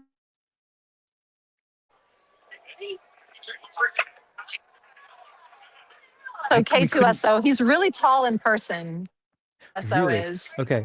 The And connection Lord dropped Vader. in and out. We couldn't see it too well. Oh, sorry. How's it now? It's spotty, should- but we can hear you now. Spot. Aw, what a shame. Well, again, for those who aren't sure what's going on, she is live streaming from a library. I forgot the name of the library, but she's cosplaying In Columbus, right now. Ohio. Columbus, Ohio. Okay. Yes. Is the connection holding? Okay. It's barely. I heard you for just briefly there. So Oh, Emily, I'm sorry. Yeah. Emily, tell us a little bit about you and why are you in Rebel cosplay at this epic event? I'm going to move out to this when I first signed on. So let me see if I can get a few more. Maybe we'll get a better signal closer to actually, the doorway. I shouldn't say I'm a lifelong Star Wars fan because I came to it kind of late in life, but I am somebody fell headfirst into it. And so I decided to join. First goal was to join the 501st, which is the organization for people who want to dress as the bad guys in Star Wars. And I didn't really realize that at first. They were just the oldest group and the one that I kind of had heard about. And so a club for good guys, and that's the Rebel clubs for droid builders, for Mandalorians, and all other manner of divisions you can imagine in the Star Wars universe. So we get our costumes are, which means they have the kind of detail and the kind of quality Star Wars set. And you do have to apply. It's approved, or you have to make changes. And so then that allows us to participate in community events, in hospital visits. We visit Children's Hospital quite often here in Columbus. And charity 5Ks, different kind of events. Star Wars night at your local sports franchise. And so we don't get paid, we're volunteers. we just love Star Wars, and we love to share our love of Star Wars with fans. Yeah, so it's a really strange and quirky hobby, but it's also brings us a lot of joy, and it brings the people that we meet a lot of joy. I can only imagine. I'm so jealous right now. Half of the chat looks like they not only are big Star Wars fans, but would love to have awesome cosplays like this too. How does somebody Awesome. get involved? Like, how, if I wanted to get involved like you are, what would you need to Yeah. do? Well, you're first just going to want to go to the Legion, and we're called the 501st Legion, Okay. or the Rebel Legion. So Start. Google the Yeah. 501st Legion. Right. And then you'll find that they have what we call CRLs. And I don't even know what CRL stands for, Costume Reference Library. That's what it is. So we'll have a whole list of costumes on both of those websites, and the different requirements for that costume. So Darth is the same to you, but he's different in every movie he appears in and TV shows. And so there's a different Darth Vader version with different requirements. People will usually either make their costume, buy a combination of those two things, or some disposable income. So I keep mine of my costumes myself, and also I have my is one that I also made myself. So I just buy the materials, and then it's much more affordable. So that's amazing. Now and then I can sometimes see the little bit of detailing that's on your I don't know, your cloak or something, and it looks beautiful. Belts, yes, I made the cloak and all the soft purchase on Etsy. The boots I just have like riding boots that I wear that are really cool. So I know I wish I should have brought a tripod so I could back up a little bit more. And then of course the saber, people like to ask me where I get my saber, especially children. And like, how boring would it be? Right. So I make up a whole story about, how I went to the planet Ilum, and then I could hear my lightsaber crystal singing to me to the temple, and Professor Hu Yang helped me put it together. And they're like, awesome. This lady is crazy. Like, yes, correct. That's awesome. We have a question here in the comments. Do you cosplayers travel around the US, or is it just local? Many of our members do. So we have about 60 members in the 501st and about a dozen more in the Rebel Legion here just in Central Ohio. So all across the state, it's over. And so some of us do have the time and the desire to travel out of state to different conventions and other events. And then there's like me, I don't do that, so I don't. And so I just do local events. It's fine too. Some of our members actually have been, especially our members in the California garrison, have been hired to fill out the scenes in some Disney shows. Like, that's so cool.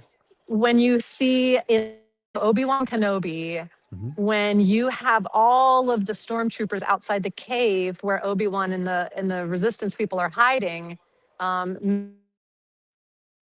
who are there in their stormtrooper costumes, and the difference, because the ones who fall down during the scene, those are not our members, because if you fall down in a stormtrooper kit,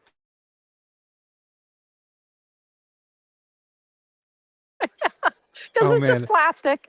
Hold on, the suspense is killing us. It cut out right as you said, when you fall down in a stormtrooper kit, what happens? A lot of things break. Oh, okay. Right. Like your armor breaks. But in Hollywood, they have some kind of fancy stunt armor that you can fall down in and not be ruined. Well, what a testament, right, to the garrison, their costume requirements being so up to par that they get to be involved in these sorts of things. Right. Yeah, it's pretty cool.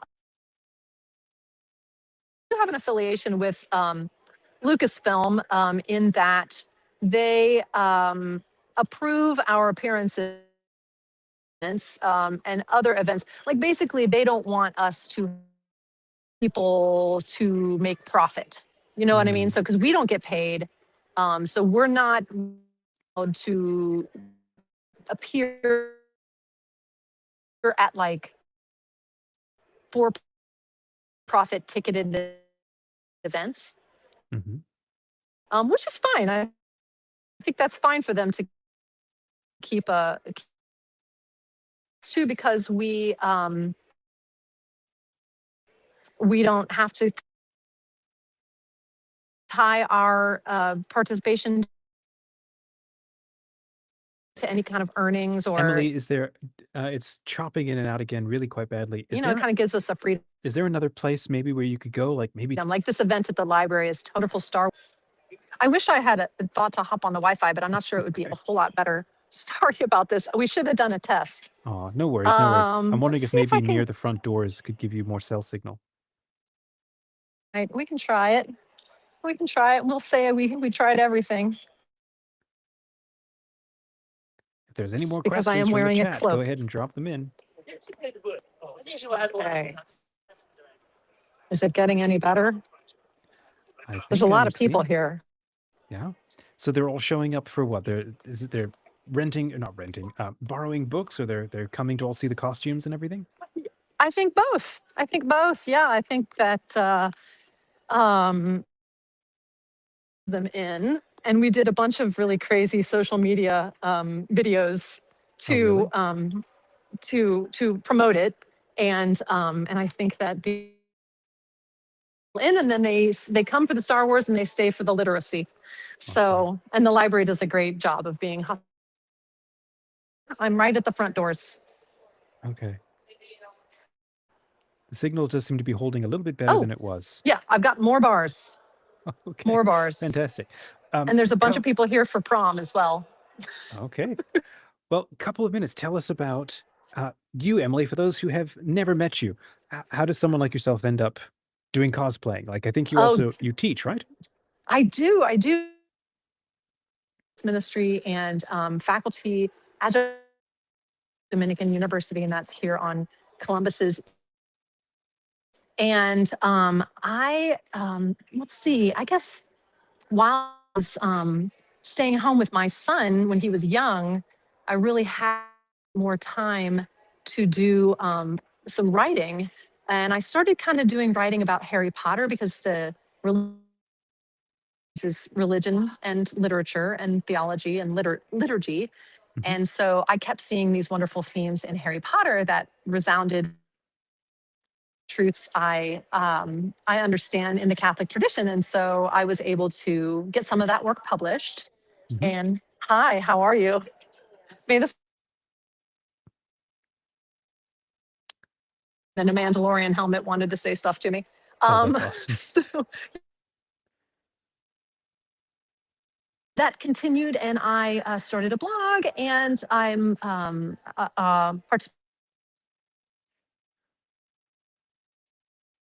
then I got really into Star Wars and kind of started doing the same thing with Star Wars. I have a few edited anthologies that I have edited with some colleagues of mine, one on Star Wars and one on Star Trek, actually. Nice. And so I have really enjoyed kind of digging into that area of life. Thank you so much. Thank you. In that area of academia, popular culture artifacts, and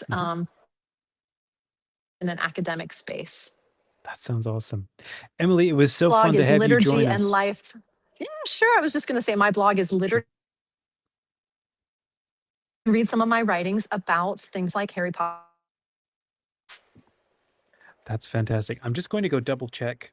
You had said your blog was liturgy. Yes, liturgyandlife.com. Friends, if you want to check it out, go and subscribe.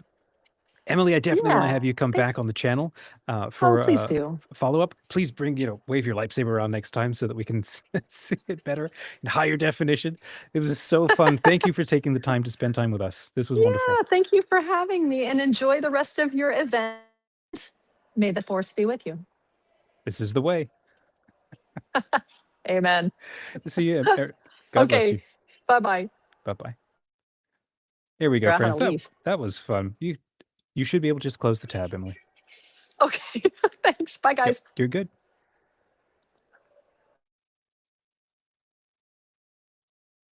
There we go. Friends, that was just absolutely fun. I know the connection was choppy. Hopefully, I'll be able to get like a nice edit off of that and it'll be easier to see.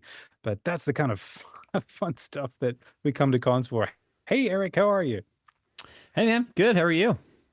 I'm good. Good to see you. We just had Emily trying to phone in from her 501st Legion um, event where she's like in costume and Yeah. waving a green lightsaber around.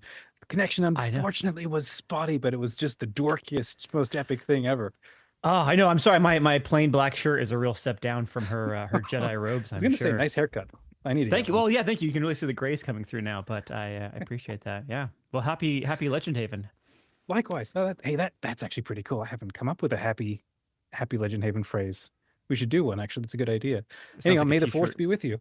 Yeah, and with your spirit, we're nearly there. Very exciting. The high holy days of Star Wars. Yeah, that's, Yeah. that's great. Well, we've got you today to talk about Jedi Knights, Mystic Saints, and the spiritual journey that creates heroes. Like you always come up with these fantastic little packages, and then we'll go 15 minutes later. We'll talk about storytelling being essential for our spiritual lives. So I think this will be a pretty fun sort of back to back. We get to kind of relax and chill into a brainy space after I all of hope the so. nerdery. So I hope of so. I all- know people are gonna have a lot of me now, so hopefully that'll be good for them. well, there you go, friends. You can say hi in the comments. You've got questions. We're talking about Star Wars, and we've got Eric Clayton. I just had him on the channel. We talked about his recent book. Actually, no, it's last year, right? My Life with the Jedi. My life with the Jedi. Yes, my life with the Jedi. It's always nearby in case people need to see it. Although it might be backwards. I can't ever really know how No, the chat. you're good. I see it reveals the right All way. right. Yep. There we Your go. life with Star Wars. Yeah.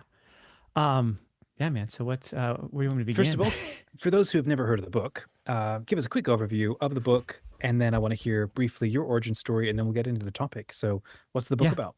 So the book is as my attempt to reflect on Star Wars as a spiritual journey, and I work for the Jesuit conference. My Ignatian spirituality is my bread and butter, and so I'm always thinking about how do we find God in all things, how is God speaking through the stories of our days, and what does that demand of us? And so I know I love Star Wars, and so I kind of just dove deep into Star Wars to think about how these different spiritualities might better inform our lives. So it's a book that kind of takes you through a lot of different, we not just the three trilogies, not even just the movies and the TV shows, but books, video games. I dive real deep into the nerddom of Star Wars and mine it for, what can this reveal about our faith? And like I think I said when we were talking just the other week, it's not just like, all right, well, where's Jesus in the story? Those are good questions, but it's really how can we pray with this stuff? What happens when we enter the dark side cave? What happens when we are forced to discern between two spirits, which is the whole backbone of Ignatian spirituality. So it's a lot of fun. It's a fun book. I love talking about it, and I love always, every new Star Wars thing that comes out, I'm always thinking about it through the lens of Ignatian spirituality, which is all about discerning between light and dark. Yeah. Oh, that's so fun. I remember somebody once saying, it was probably a teacher in college who's talking about in the seminary, anytime a teacher asks you a question on a test, whatever the question is, you can always say Jesus is the answer. And then the teacher will always go, okay, yes, that's true, but under what mode, under what aspect? And so It's like a yes and. It's like an improv thing. Well, yes and Jesus. And what is the specific way in which Jesus is operating in this time and place and to this attitude and with these dynamics going on? So in the same way, like yourself, well, where's God in all this? It's like, well, no. God is the ground of being. It's like, of course, God's involved in everything. Now it's a matter of how much, in what way can we interpret, literally interpret the hell out of it to discern the God that's in it, right? So what's your background, or how did you get into Ignatian spirituality? Why is it such a big deal for you? Yeah, so I went up, I grew up going to Catholic school, and then I went to a Jesuit college at Fairfield University, which is, Jesuit Catholic school, but didn't really know anything about the Jesuits until I got there. And during those 4 years, very formative years, I had a spiritual director who was a Jesuit who really taught me about the spiritual exercises of Ignatius of Loyola. And for folks who don't know, the spiritual exercises are all about discovering who God wants you to be. It's a vocational journey, but it's very much a hero's journey. You can look at, and like we can talk about this, in this section or the next, but it's very much you start in a status quo that's broken. You go on this transformative quest. Turns out here's Jesus again. Jesus is the mentor figure, right, for the story. There's a dark night of the soul in the Passion, and then there's the resurrection, where we have this return to community and a call to adventure again. So I love the spiritual exercises, and I love how Ignatian spirituality is always inviting us again to find God in unusual places, but to trust God at work there. So the Ignatian spirituality ended up being, again, very formative and foundational to how I understand God and the world and my place therein. And I worked at a Catholic Relief Services for a number of years, and then I started working at the Jesuit Conference about 6 or 7 years ago, which is basically the kind of the bureaucratic entity that connects the local Jesuit communities and works and apostolates to the Jesuits in Rome. So we're kind of a capacity building, liaisoning entity. But one of the things we do, and we can talk about this too, is the Jesuit Media Lab, which is this great opportunity for folks to exist at the intersection of Ignatian spirituality and creativity. So I've been working in writing in this, and I'm a writer, so I have a bunch of books on Ignatian spirituality and everyday life. One of them happens to be about Star Wars. Yeah, I love it. I do a lot of writing, and it's a lot of fun. That is awesome. I don't know. Forgive me for asking this already. Are you working on a novel? Are you somebody who dabbles in fiction at all? I know you've got another book yes, coming up. I am. I'm about 60,000 words into dabbling in fiction. So I got a good. Did I ask you about that last time? I forgot. I don't know, maybe, but I don't think yeah, I don't have you in that mental box in my brain. So what's your novel so far? Well, I'm always dabbling. I also have like a nonfiction book always in the works, so it's always kind of competing. What's my? I have not nailed the elevator pitch yet for this book, but it's sure. I'm calling it The Wild Parts. A love story, but it's about what happens when we are trying to love the parts of other people out of existence, and we're kind of like, oh, I wish you weren't like this, and I'm going to try really hard. So it's like relational, right? It's every kind of relationship. There's always those parts that we don't love about, or we struggle with in one another. But what happens if you can actually remove that? So there's some stuff in the world, right, where you have this kind of suppressing of parts of your mind, or it's severance kind of gives us an example of that.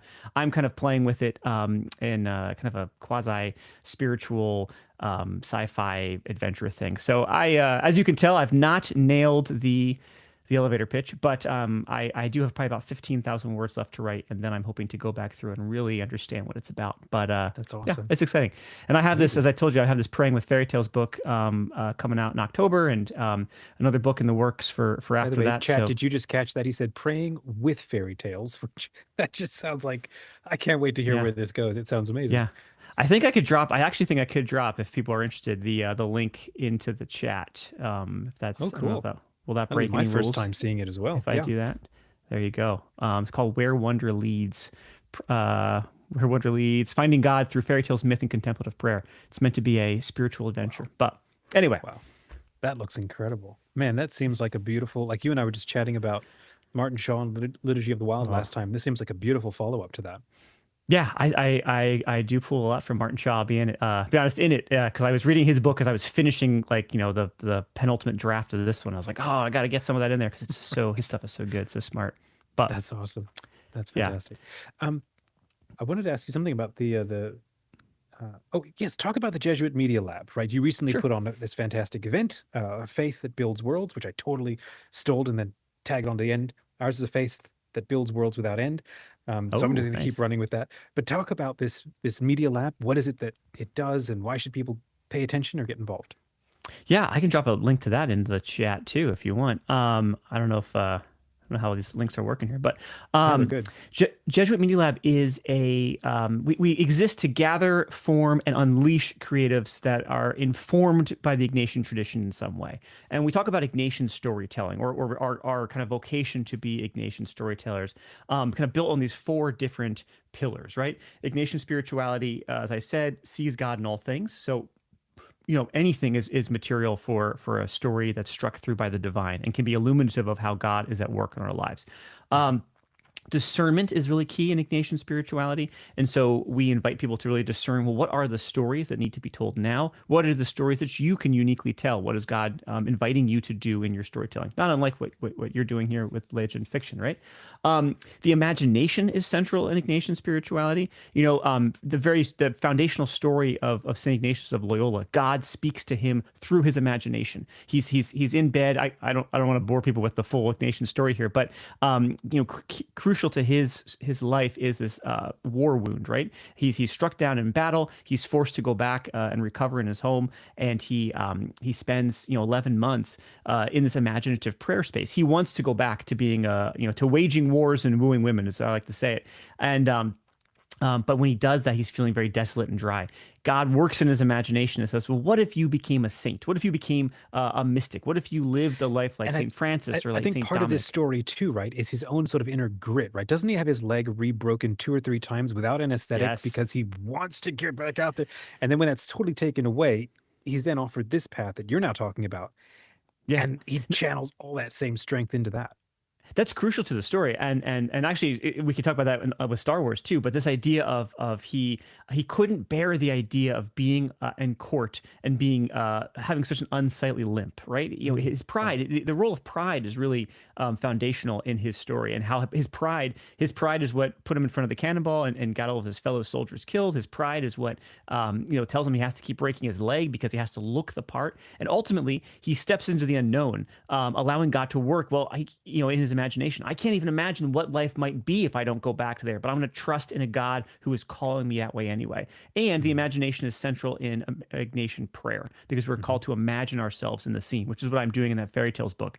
Not just in scripture, but in the stories of our day. And then finally, Ignatian spirituality invites us to pursue reconciliation. The literal mission statement of the Jesuit order is to reconcile the world to God and to one another. Right. So that's how we think about stories in the Ignatian in the Jesuit Media Lab, in the Ignatian tradition. And we invite people to submit to us. We platform authors. We give people a chance to write. They can write reflections on improv. They can write reviews of films. They can write book reviews, whatever. We have a bunch of courses and book clubs, and we're starting these new writing groups and a bunch of different activities where people can come together to be formed in the Ignatian tradition, to find community. And then we connect people, right, with other places. We have a lot of publishers in our circles. We have a lot of magazine editors, literary agents, all sorts of interesting people. Again, a lot of it similar to what you're doing here.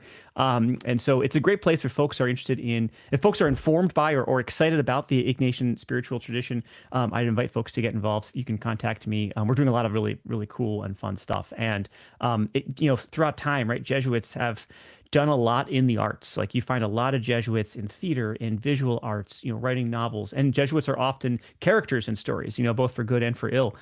So there's something in the tradition that really lends itself to that Catholic imagination. That's fantastic. Okay, too many questions. Two that I want to ask. Okay, one I want to go back to. So you mentioned your novel. Have you? Is this the first one that you've crafted? Have you ever messed around with novel sort of fiction telling as opposed to the nonfiction, or is this your first foray into that? No, I've been messing around with fiction since I was in high school. So I mean, we're talking 15, 20 years. Well, how old am I? Maybe more than that, actually. And I've gotten a few short stories published in places, which has been a lot of fun. But it's hard. I think one of my great challenges, and I'm sure this is not uncommon for writers, is getting to the finish line. It's what I think about. And this is, again, I think we've talked about this before, Dominic, but the idea of the spiritual life is so interwoven in how we tell our stories and how we do our writing. Right. Mm-hmm. So I'm always forced, I'm always judging myself. I'm always thinking, oh, like, this isn't good enough. This isn't, this can't get published. No one wants to read this. These words stupid. Like, why are you can't even, like, do you even own a thesaurus, right? Chat, type a 1 if this makes any sense to you. I have no idea what you're talking about. Right. But it's so funny because that's so, I mean, that's the evil spirit, right? Again, in Ignatian parlance, St. Ignatius says the enemy of our human nature, right? That's what he talks about. That's how he names, Satan or the devil, right? The enemy of our human nature. And so what is that voice that is keeping us from flourishing? And I think about The Artist's Way. If you've done The Artist's Way, Julia Cameron's workshop, no, but she talks about the censor. Oh, no, here, hang on. I'll hold the book up so folks can look. This is a great workshop. We actually just did one of these, facilitated a group for the Jesuit Media Lab. It's very fun. But she talks about the censor as this voice that tells you you're not good enough. And so that voice is always in my ear. I'm always comparing, my first draft to everyone's finished novels, which I know you're not supposed to do, of course. Rule 101 there. But if you think of it in the spiritual way, right? Hey, that's the enemy of our human nature, trying to insist that my writing isn't good enough, that I shouldn't push through, because why should I even show up? And I think that's a really, when we add that layer of spirituality, because again, I know you talk about this, right, as vocational. This work is vocational. God is here in this work. And so anything that's keeping us from that, doing the work of creation, which, because we're made in the image and likeness of a creator, is the voice of the evil spirit. And so, I don't know. Does that help me write more? I don't know, but it definitely helps me to add, I think, important stakes to the process. So I think, to answer your original question, I have dabbled a lot. I have a whole bunch of short stories and some novels of varying degrees of completion in my file. But this is the latest, and again, we're about 60,000 words. So I'm feeling good about getting to a finish line. And I'd love to get to the finish line before I have to start working on the next book I'm working on, spiritual nonfiction, so I can put it aside and then come back to it. So. Well, kudos on the word count. Somebody in chat just said kudos on the word count. By the way, for the heck of shouting it out, we're hosting a 30-day writing challenge. Started yesterday. So the goal is 30 days to 30K. So try to write 1,000 words a day, or whatever you want or can. And we do it together as a group. So, hey, you're welcome to join if you want to get that in. What kinds of stories do you like, or have you liked to write? And what kind of fiction do you like to create? Speculative of all sorts. I feel like I usually lean towards, or I've historically leaned into space fantasy, like Star Wars, 'cause I love Star Wars, space opera-y stuff. But I'm more and more intrigued with the idea of just speculative fiction in general. And so stories that feel like they could be happening down the road, and then suddenly there's an interruption of magic or wonder or otherworldly nonsense. And I really like that, because it kind of feels a little creepy, there's a little spookiness to it, but it also, I think, speaks to this Catholic imagination that says, hey, like, that's actually the real world. We're living in a world where God interrupts whenever God desires to interrupt, and you best be on the lookout. So I do. I've done high fantasy. I've done science fiction. I've done more space fantasy. Nice. And the one I'm working on now is, I would just broadly say, speculative fiction. There's not a lot of science happening in it, but it definitely has a fantastical world nature to it, and pseudoscience stuff happening in the second act. Man, this is so cool. This is parts of you that I didn't know yet, so that's fun. There you go, man. Let's go back and talk about Jedi Saints. Then I want to ask you about fairy tales again. But if you were to make a list of the most Jedi-like saints, and then if you had a favorite, who are they, and what would that be? Oh man, a list. I didn't do my homework for this. Okay, I mean, I always start one or two then. Well, I always start with Ignatius, right? I always start with Ignatius of Loyola, because he has so much of that kind of, he was a knight, or akin to a knight.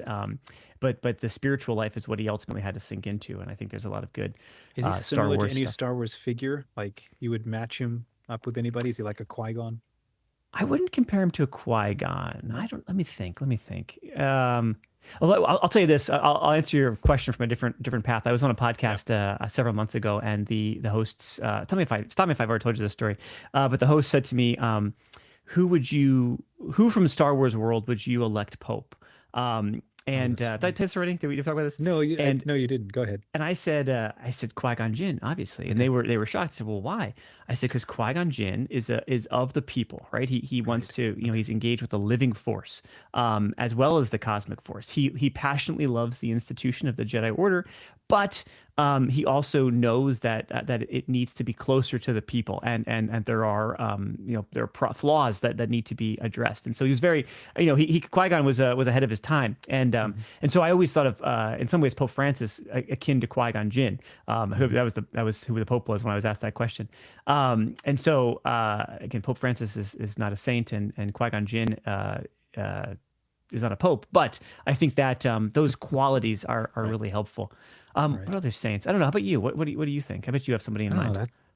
I have no idea. It's interesting to sort of chew around that. I mean, I sort of get, is it Saint Martin who cuts his cloak in half? I don't know why, but for some reason that just feels Jedi-like to me, but I need to think about that some more. We could maybe cast Joan of Arc against the Clone Wars, right? Because you have a very right, because you have a very specific conflict and a very specific task, and Joan of Arc is ultimately betrayed, much in the way the Jedi are, right? That's awesome. Yeah, that's true. And so I think there's something to her story arc. Who does come to mind? I can't shake his story, so I don't know if you can see. maybe you can sort of see it with my camera, whatever. I wrote a book called Hero Theory. It's for my day job. And I took a bunch of different saints and figures from history. And I went and sort of restudied them because I wanted to write kind of a short story version of their life that tried to capture the heroism of their, um, well, the heroism sort of inherent in their story, and not just because they were holy, and then try to find like what is a lesson that could be applied for young men. And there's the one story that I did not expect to hit really hard and be really interesting was Saint Sebastian, and he's actually he feels sort of very Jedi-like because he was effectively a not a tribune, a Praetorian. He was a Praetorian guard tasked with protecting the emperor, and so we're talking SWAT level elite of the elites that are the bodyguards to the emperor. The problem is the emperors have to keep them very nicely pacified because if anything goes wrong, they will execute the emperor, and they had a history. And so when the emperor learns that Sebastian, as a Praetorian guard, is starting to convert other Praetorians to Christianity, that's like, person of interest, enemy number one in the Citadel. And so he condemns him to be executed. And what fascinates me is the fact that these Praetorians, his brothers, they all go to shoot him while he's stripped and tied to something, and he survives. They leave him to die.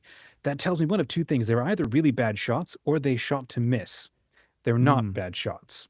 I think they didn't really want him to die, or they felt bad, or I have no idea. Whatever is the point is he survives, he's healed, and as soon as he's healed, he's given a choice. Well, I can either go and disappear, or I can go back and stick it to the emperor. And so what does he do? He goes back and sort of, I'm assuming a garbled voice because an arrow through it. There's always an arrow through his throat. I can't imagine what his voice is like. And he meets the emperor coming down the steps of the Palatine Hill, whatever it is, and he challenges him to his face. Like he's like, where am I going to hide in this world? I'll be discovered or whatever. And at that point, the emperor's like, oh my gosh, this guy came back from the dead. Obviously, because there's no way my Praetorians would miss. Would you? Right. And so it's like they pile on top of him, kill him, beat him with clubs to a pulp. So there's nothing that can come back and then flush him down the Cloaca Maxima. And then whatever's left of him is actually then gathered and then buried by another lady who helps him. Just that right there. Like I'd never heard of his story in those terms before. That feels very Jedi-like to me, I think. Yeah, that kind of return. Well, I mean, how many Jedi seem to have survived Order 66? I feel like every new entry into the franchise, we have a new 6 Jedi. I feel like Order 66 at this point was a failure because of how many Jedi survived. But like, yeah, that's thrust of a story where that, how do we? They're coming back and do they fight? Like again, you look at the Obi-Wan Kenobi show, and he didn't go stick it to the Empire. He went and he literally buried his lightsaber in the sand, as opposed to those who did try to stick it to the Empire and seem to have been cut down as a result. The other thing that came to mind, I was looking up his name, Saint Charbel of Lebanon. Interesting. Because I think, and I'm not a scholar of these saints, but I believe he was just kind of a monk. But then after he died, I think there's some lights or something that was emanating from where he lived. And so this idea that it's not until after the character is dead that something holy and spiritual seeps into the world, and that feels a little like Yoda in some ways, like a little like some of these Jedi that it's after they're gone that they come back and they're influencing events. So that's so cool. I think I remember reading that in the different traditions, in the Western tradition, we have a much greater focus on the sort of passion of the saints and the sufferings that they endure, which end up being like incredible and like stigmata and whatever. And then over on the Eastern side, it's more, there's a theme of light where they seem to all be glowing all over the place, like lanterns going off, and it's just epic. Very mystical. Goodness. I kind of, okay, I'll say it out now before I forget. I want to have you back on the channel because I want to talk about the Sith and the Jedi, because I did not realize that the Sith never have Force ghosts, or if they do, I've not seen that. But they face, what is it? The open wound terror of the chaos or something. And I was then mulling over the noble anti-hero nature of the Sith. And so I want to come back and chat with you about that. You'll probably go really interesting places with that. Let's talk about Maul. I mean, like, next week do that, because I love the show Maul, and I love how I'm rooting for who probably one of the best villains in all of Star Wars. But you're like, yeah, I want this guy to have some sort of justice, so even though like his justice is so. He's such a great anti-hero because he's a tragic character. Like his community has betrayed him, as opposed to a hero that the community is what you're fighting for. So yeah. Okay, well that's okay. We don't have time to get into that topic because that's a whole rabbit hole. But last couple of minutes here, I did want to pick your brain a little bit or talk about Yeah. like why is storytelling essential for our spiritual lives? I mean, it's how we make sense of God. There's a great Canadian Jesuit, John English. He's since deceased, but he says something to the effect of, "We can pray with our graced history," which is how his term for kind of that prayerful review of our full, who we've been, where we're coming from. In the same way we prayed it with Scripture, right? That our story is just as important to understanding God at work as our holiest of texts. And I think that's very profound because I think we approach Scripture, right, with a certain level of reverence and an expectation to find God therein. Do we do the same thing with our own stories, right? Do we look at our own lives, and do we look at the things that we produce with such reverence, right? Because again, it's all of God. We're all made of that God stuff, right? And so understanding who we are, right? Our own personal stories, our own vocations, again, very foundational to the spiritual life, but I think Ignatian spirituality has a particular way in there.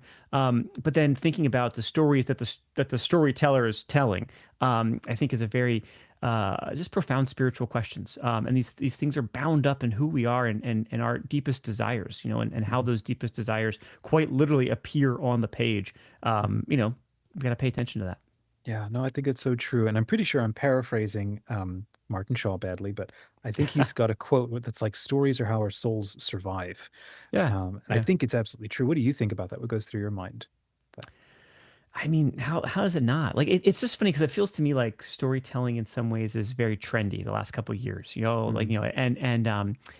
when I wrote my first book, Cannonball Moments, which is all about storytelling and Ignatian spirituality, it felt like I was trying to get in on this trend. But at the same time, you're like, but how storytelling is always important because it's how we record our experiences, it's how we kind of bring our own lives into dialogue with the lives of others. It's how we understand where a person has come from, And I think one of the great harms of this moment, right, particularly with the kind of fracturing of people's lives across social media and this idea that we can know everything about a person. We're kind of collapsing people's stories. We're making people's stories very flat. And then when we're saying people's stories, I mean people's lives. And how can we kind of get a full 360 view of a person? And that might mean we can't know everything about everybody, but we have to recognize that we can't know everything about everybody. We're knowing just certain parts, and the people that are dearest to us, we want to dive deep and know who they are, because that's a sacred text. A person's life is a sacred text, and God is necessarily speaking through those, through His beloved people, right? So, Gosh, I love that. What a beautiful line. Everybody's life is a sacred text. Put That's it on a beautiful. t-shirt. Eric. Yeah, put on a t-shirt. Where can people find you, Eric, online to get copies of your books? Man, I didn't even get to ask you about fairy tales. That is probably providential because I would probably want to keep going. We can. Favorite fairy tale. I have to ask. Favorite fairy tale. Favorite fairy tale. Oh man. Well, I do not have a good answer for that one. I just Little Mermaid's coming to mind because I like the classic one where she like has this tragic ending, right, from Hans Christian Andersen, and she doesn't find love and she fractures into a million little pieces. Like how tragic and sad. But that desire to have tried to love anyway. I don't know. That just comes to mind out of the gate. I don't know if it's my favorite, but it's haunting. And some of these, I think haunting is not a bad thing because people, it literally sticks with you, right? People can find me there, ericclaytonwrites.com. And my Star Wars book is, let me see if I can drop a link in there too. You can get it in time for Star Wars Day, which I know is everyone's biggest concern. So there it is. Bam. Fantastic. So friends, you can head over to ericclaytonwrites.com and you can hit the link in the chat for, My Life with the Jedi. Eric, this was really fun. Thanks for jumping on. Dominic, always a pleasure. Have a go, man. Catch you later. Bye. All righty, friends. We have our last guest for the day. We have Cathryn deVries. Hello, Cathryn, joining us from Australia. How are you? Hi, very well, thank you, considering the hour of the morning. I'm going to guess it's what, 3 in the morning, 4 in the morning or something? No, not quite that bad. 5:45. Okay. It's good to see you. Welcome back. How are you? Good, thank you. All right. We have, you are our, not just the closing act, but sort of cherry on top for all of the conversations that we've had on our first day. So it's very fun to be able to have you with us. Topic that you were suggesting that we talk about is accidental author, how a spur of the moment decision turned into a fantasy trilogy. I think that's going to be a very fun topic to conversation to have with you. But first, we have to get this out of the way. Do you have a copy of your book, Son of Osivirius, floating around? You can wave that and show us. No, I do, but I'd have to Don't get worry up about and it. get it. Okay, just tell us then about your latest novel. Yeah, well, actually, the Son of Osivirius wasn't the one written on the spur of the moment. It was written very deliberately. But Oh. the how I became a writer was through my daughter, mostly actually. So when she was about 14, she got very into Dungeons and Dragons and wanted us to play as a family. And so we began playing one of the standard starter packs. But then after a few months, she loved it so much, she's like, I want to write a campaign for our family to play. And I'm like, cool. okay, cool. So she spent quite a few months putting together a campaign for us to play while we were still playing the standard kind of D&D starter pack. And so we all created characters, and she kept on asking me about my character's backstory because that was going to be important for the campaign.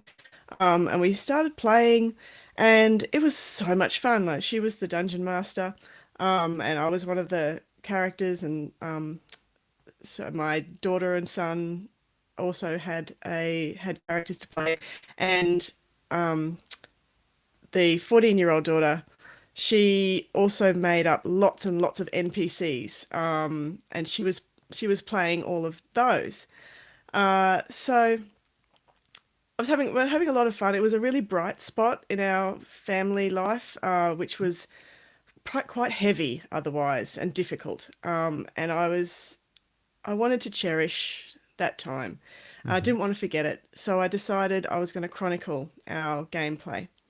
And that's cool. how it all started. So I started just chronicling our gameplay. I started with my character's backstory because that was that fed into the campaign.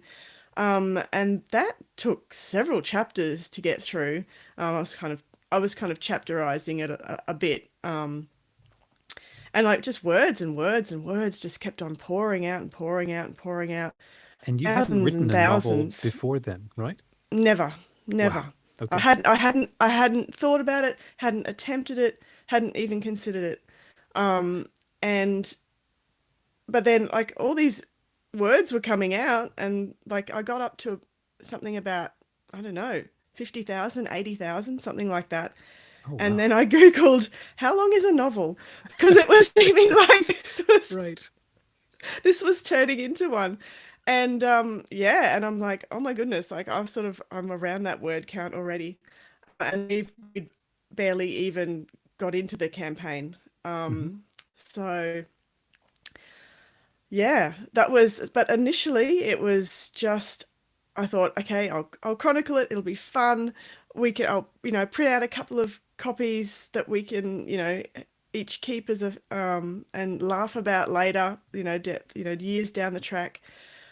But yeah, God kind of put it on my heart that the story we were playing was actually bigger than just our family, because I was processing a lot of emotional stuff through this gameplay. And what my character was doing kind of was mirroring like the stuff that I was working through in my real actual life, and that then started to expand this into something that was more than just a game. So I didn't want to make it into a novel at first. I was really very, very resistant because I'm quite, at that time I still am a bit, but very sensitive to critique of my work.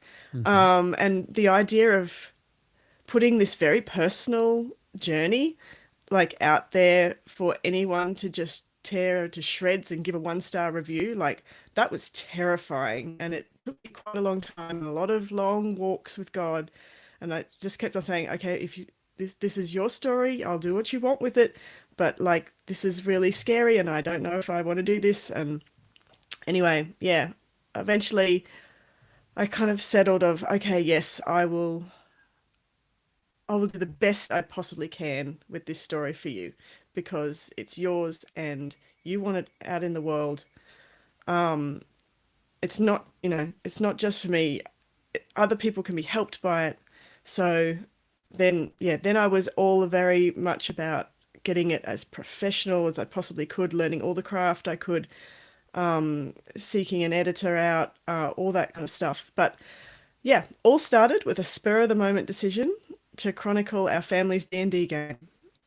And yeah, I love the whimsy of that. And oh my goodness, I've felt for a really long time that role playing like D&D is such a fantastic gateway into a lot more of this creative kind of stuff. And now you're an award-winning author, am I right?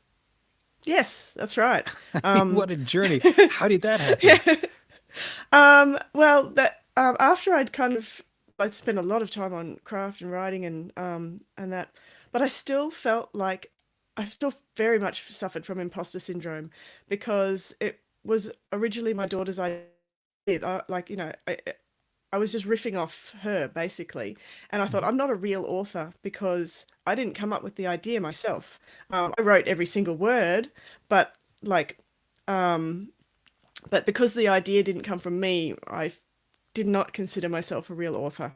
So I wanted to write something that I had come up with. This is like prove to myself that I could do it, that my own creativity hadn't dried up, when I was 17, because that's, I was writing stories all up until that point, and then I just stopped. So as part of my craft work, I was doing a scene writing workshop. One of the prompts was to write a scene with 3 characters, all having their own goal. And I had a lot of trouble with this. It was literally, your stereotypical author typing on the typewriter, ripping the sheet out, balling it up, chucking it across the room until the floor is littered with sheets of paper. It was like that, except I was a computer, not paper. But and then I suddenly got this idea in the corner. yes. And I suddenly got this idea from a short story that I had an idea of several months before, and I thought, that would work. That's got the 3 characters. It's got a story that I want to continue, that I actually want to write. And that became Son of Osirius. And it's very short. Like the D&D, that has become a trilogy, a very, very long trilogy, and it's going to be traditionally published. Oh, wow. And the journey to it's taken so long. Son of Osirius came together very, very quickly, in about 6 months. From that got me through about 4 drafts in that 6-month period, working with my editor. And then it was I started submitting it for awards because I wanted to build up, as a debut author, a bit of like credibility. And I thought, like, awards is a good way to do that. So, and then pretty much everything I submitted to, I got an award seal for. So yeah, I'm up to 6 award seals now for that book. Gosh, and wow. I just and a 5-star reader's favorite review just came in as well. So that's a 7th seal. Nice. Yeah. So all my craft work came together in that novella. And everything I've learned about writing came together, and I've actually put together a little like a behind the scenes or worked example of how Son of Osirius works. So in the back of the book, there's a link to a PDF document you can get for free. Anyone who buys the book can download this document, and it's got all my my planning documents and annotations about how the book was put together, why these choices were made, what is happening behind the scenes, like in the progression of the novella. So it really is like a worked example of long form. And yeah, so that's I'm pretty proud of that little document, actually. My goodness, that's fantastic. I would love to chat with you more at some point about D&D and game mastering and so on. But we've got a couple of cool comments here in the chat that I want to share with you. Someone says that they have a chronic case of imposter syndrome. Don't we all? I want to ask you about that in a Yes. second. And Gianna says here, good day to you in Australia. I can also relate to the fear and concern of having people shred a story that is so personal and special to you. Gianna then follows up and asks, where can we ask this behind the scenes document again? And I think you said it was in the back of Son of Osirius. Yes. Okay. If you purchase the any edition, ebook, print book, whatever, there's a link in the back, and I think it's called freebies or bonus guide or something like that. But yeah, in the back of the book, you'll find it, and it's free for anyone who purchases the book. Fantastic. Okay, so I want to chat with you briefly about imposter syndrome, right? Which is you're somebody who went from never having written a novel to having a horrible case of imposter syndrome, and now you're clocking in 6 awards plus 5-star review. And what is that doing for your imposter syndrome? Like, how do you feel now about yourself as an author? It has helped. I think I don't think imposter syndrome goes away completely, but for my particular variety, it was definitely helpful to get that novella written, because mine centered a lot around having the idea to start with, but I still have days where I look at what I've written and I read back over what I've written, and I just, I can't do this. This is terrible. This, and it fluctuates. And then other times I'm like, oh, actually, yeah, this is good. But I don't think it goes away. It just, it's a shapeshifter. I think imposter syndrome. It's just like whatever it is you're struggling with, that's what your imposter syndrome will target. And yeah, so I think it's something that we just have to breathe through and know that it's there, and it's not and that not that it's not real. I mean, it is kind of that the feeling is real, but what it points to is not necessarily real. Right. Yeah, that's great. Vic in the chat says imposter syndrome never goes away. You just push through it till your brain remembers that you do indeed know what you're doing. So that's great. Yes.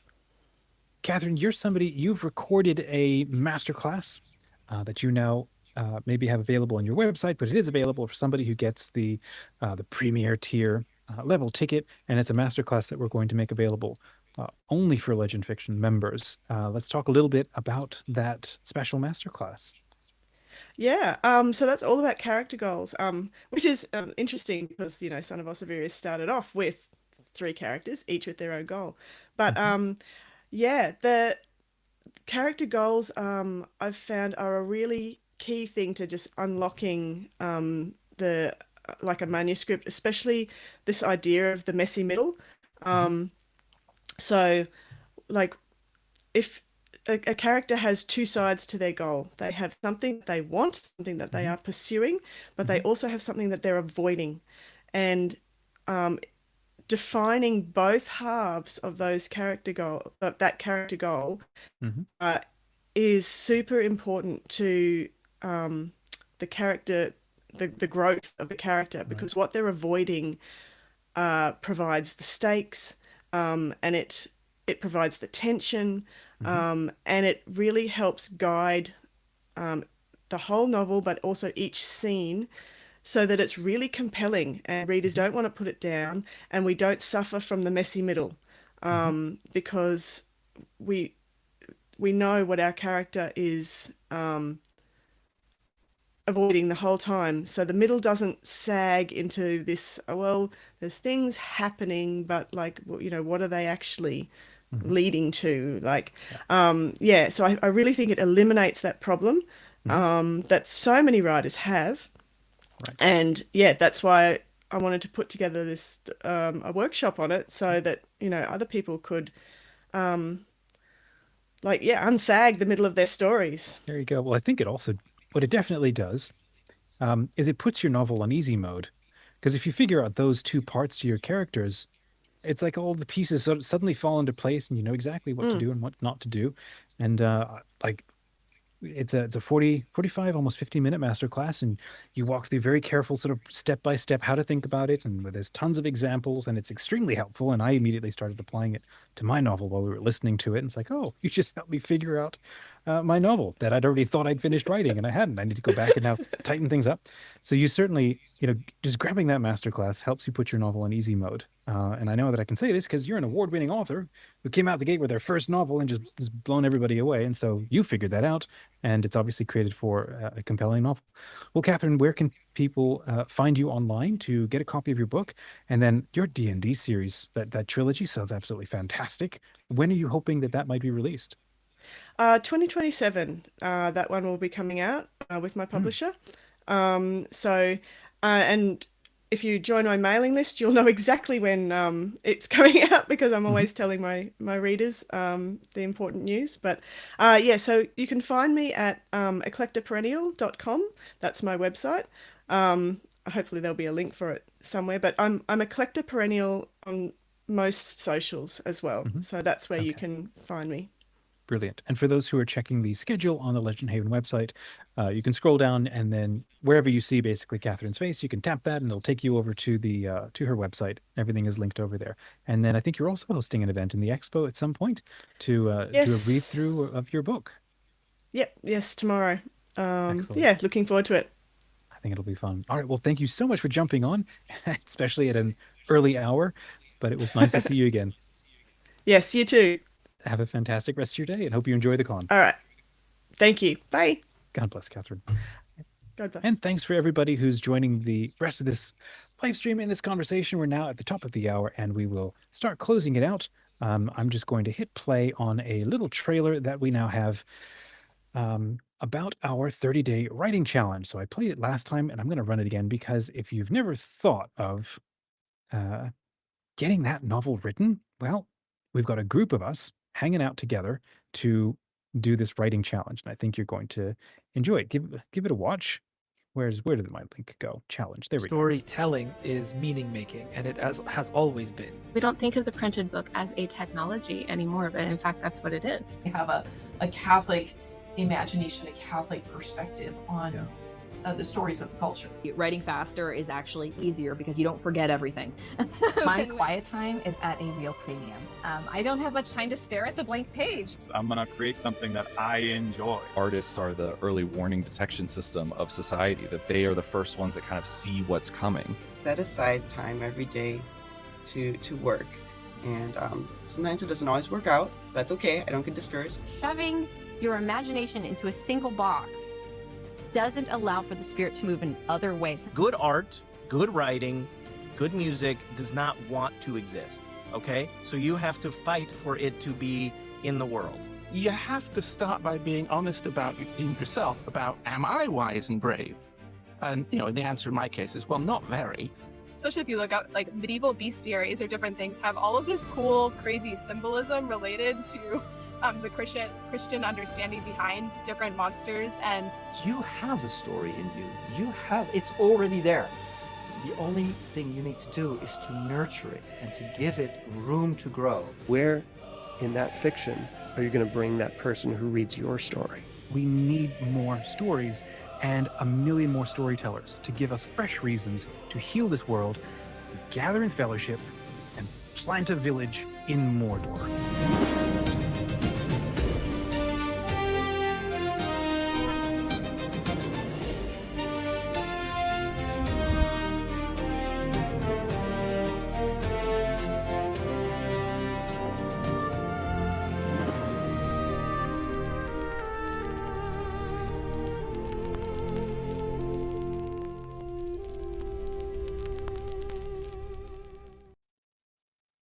Thanks everybody who joined us for our first day of the LegendHaven Con. We will be back tomorrow. We have 2 more live streams scheduled. You can go to legendhaven.com and you can have a look at the rest of the schedule that is slated for Sunday.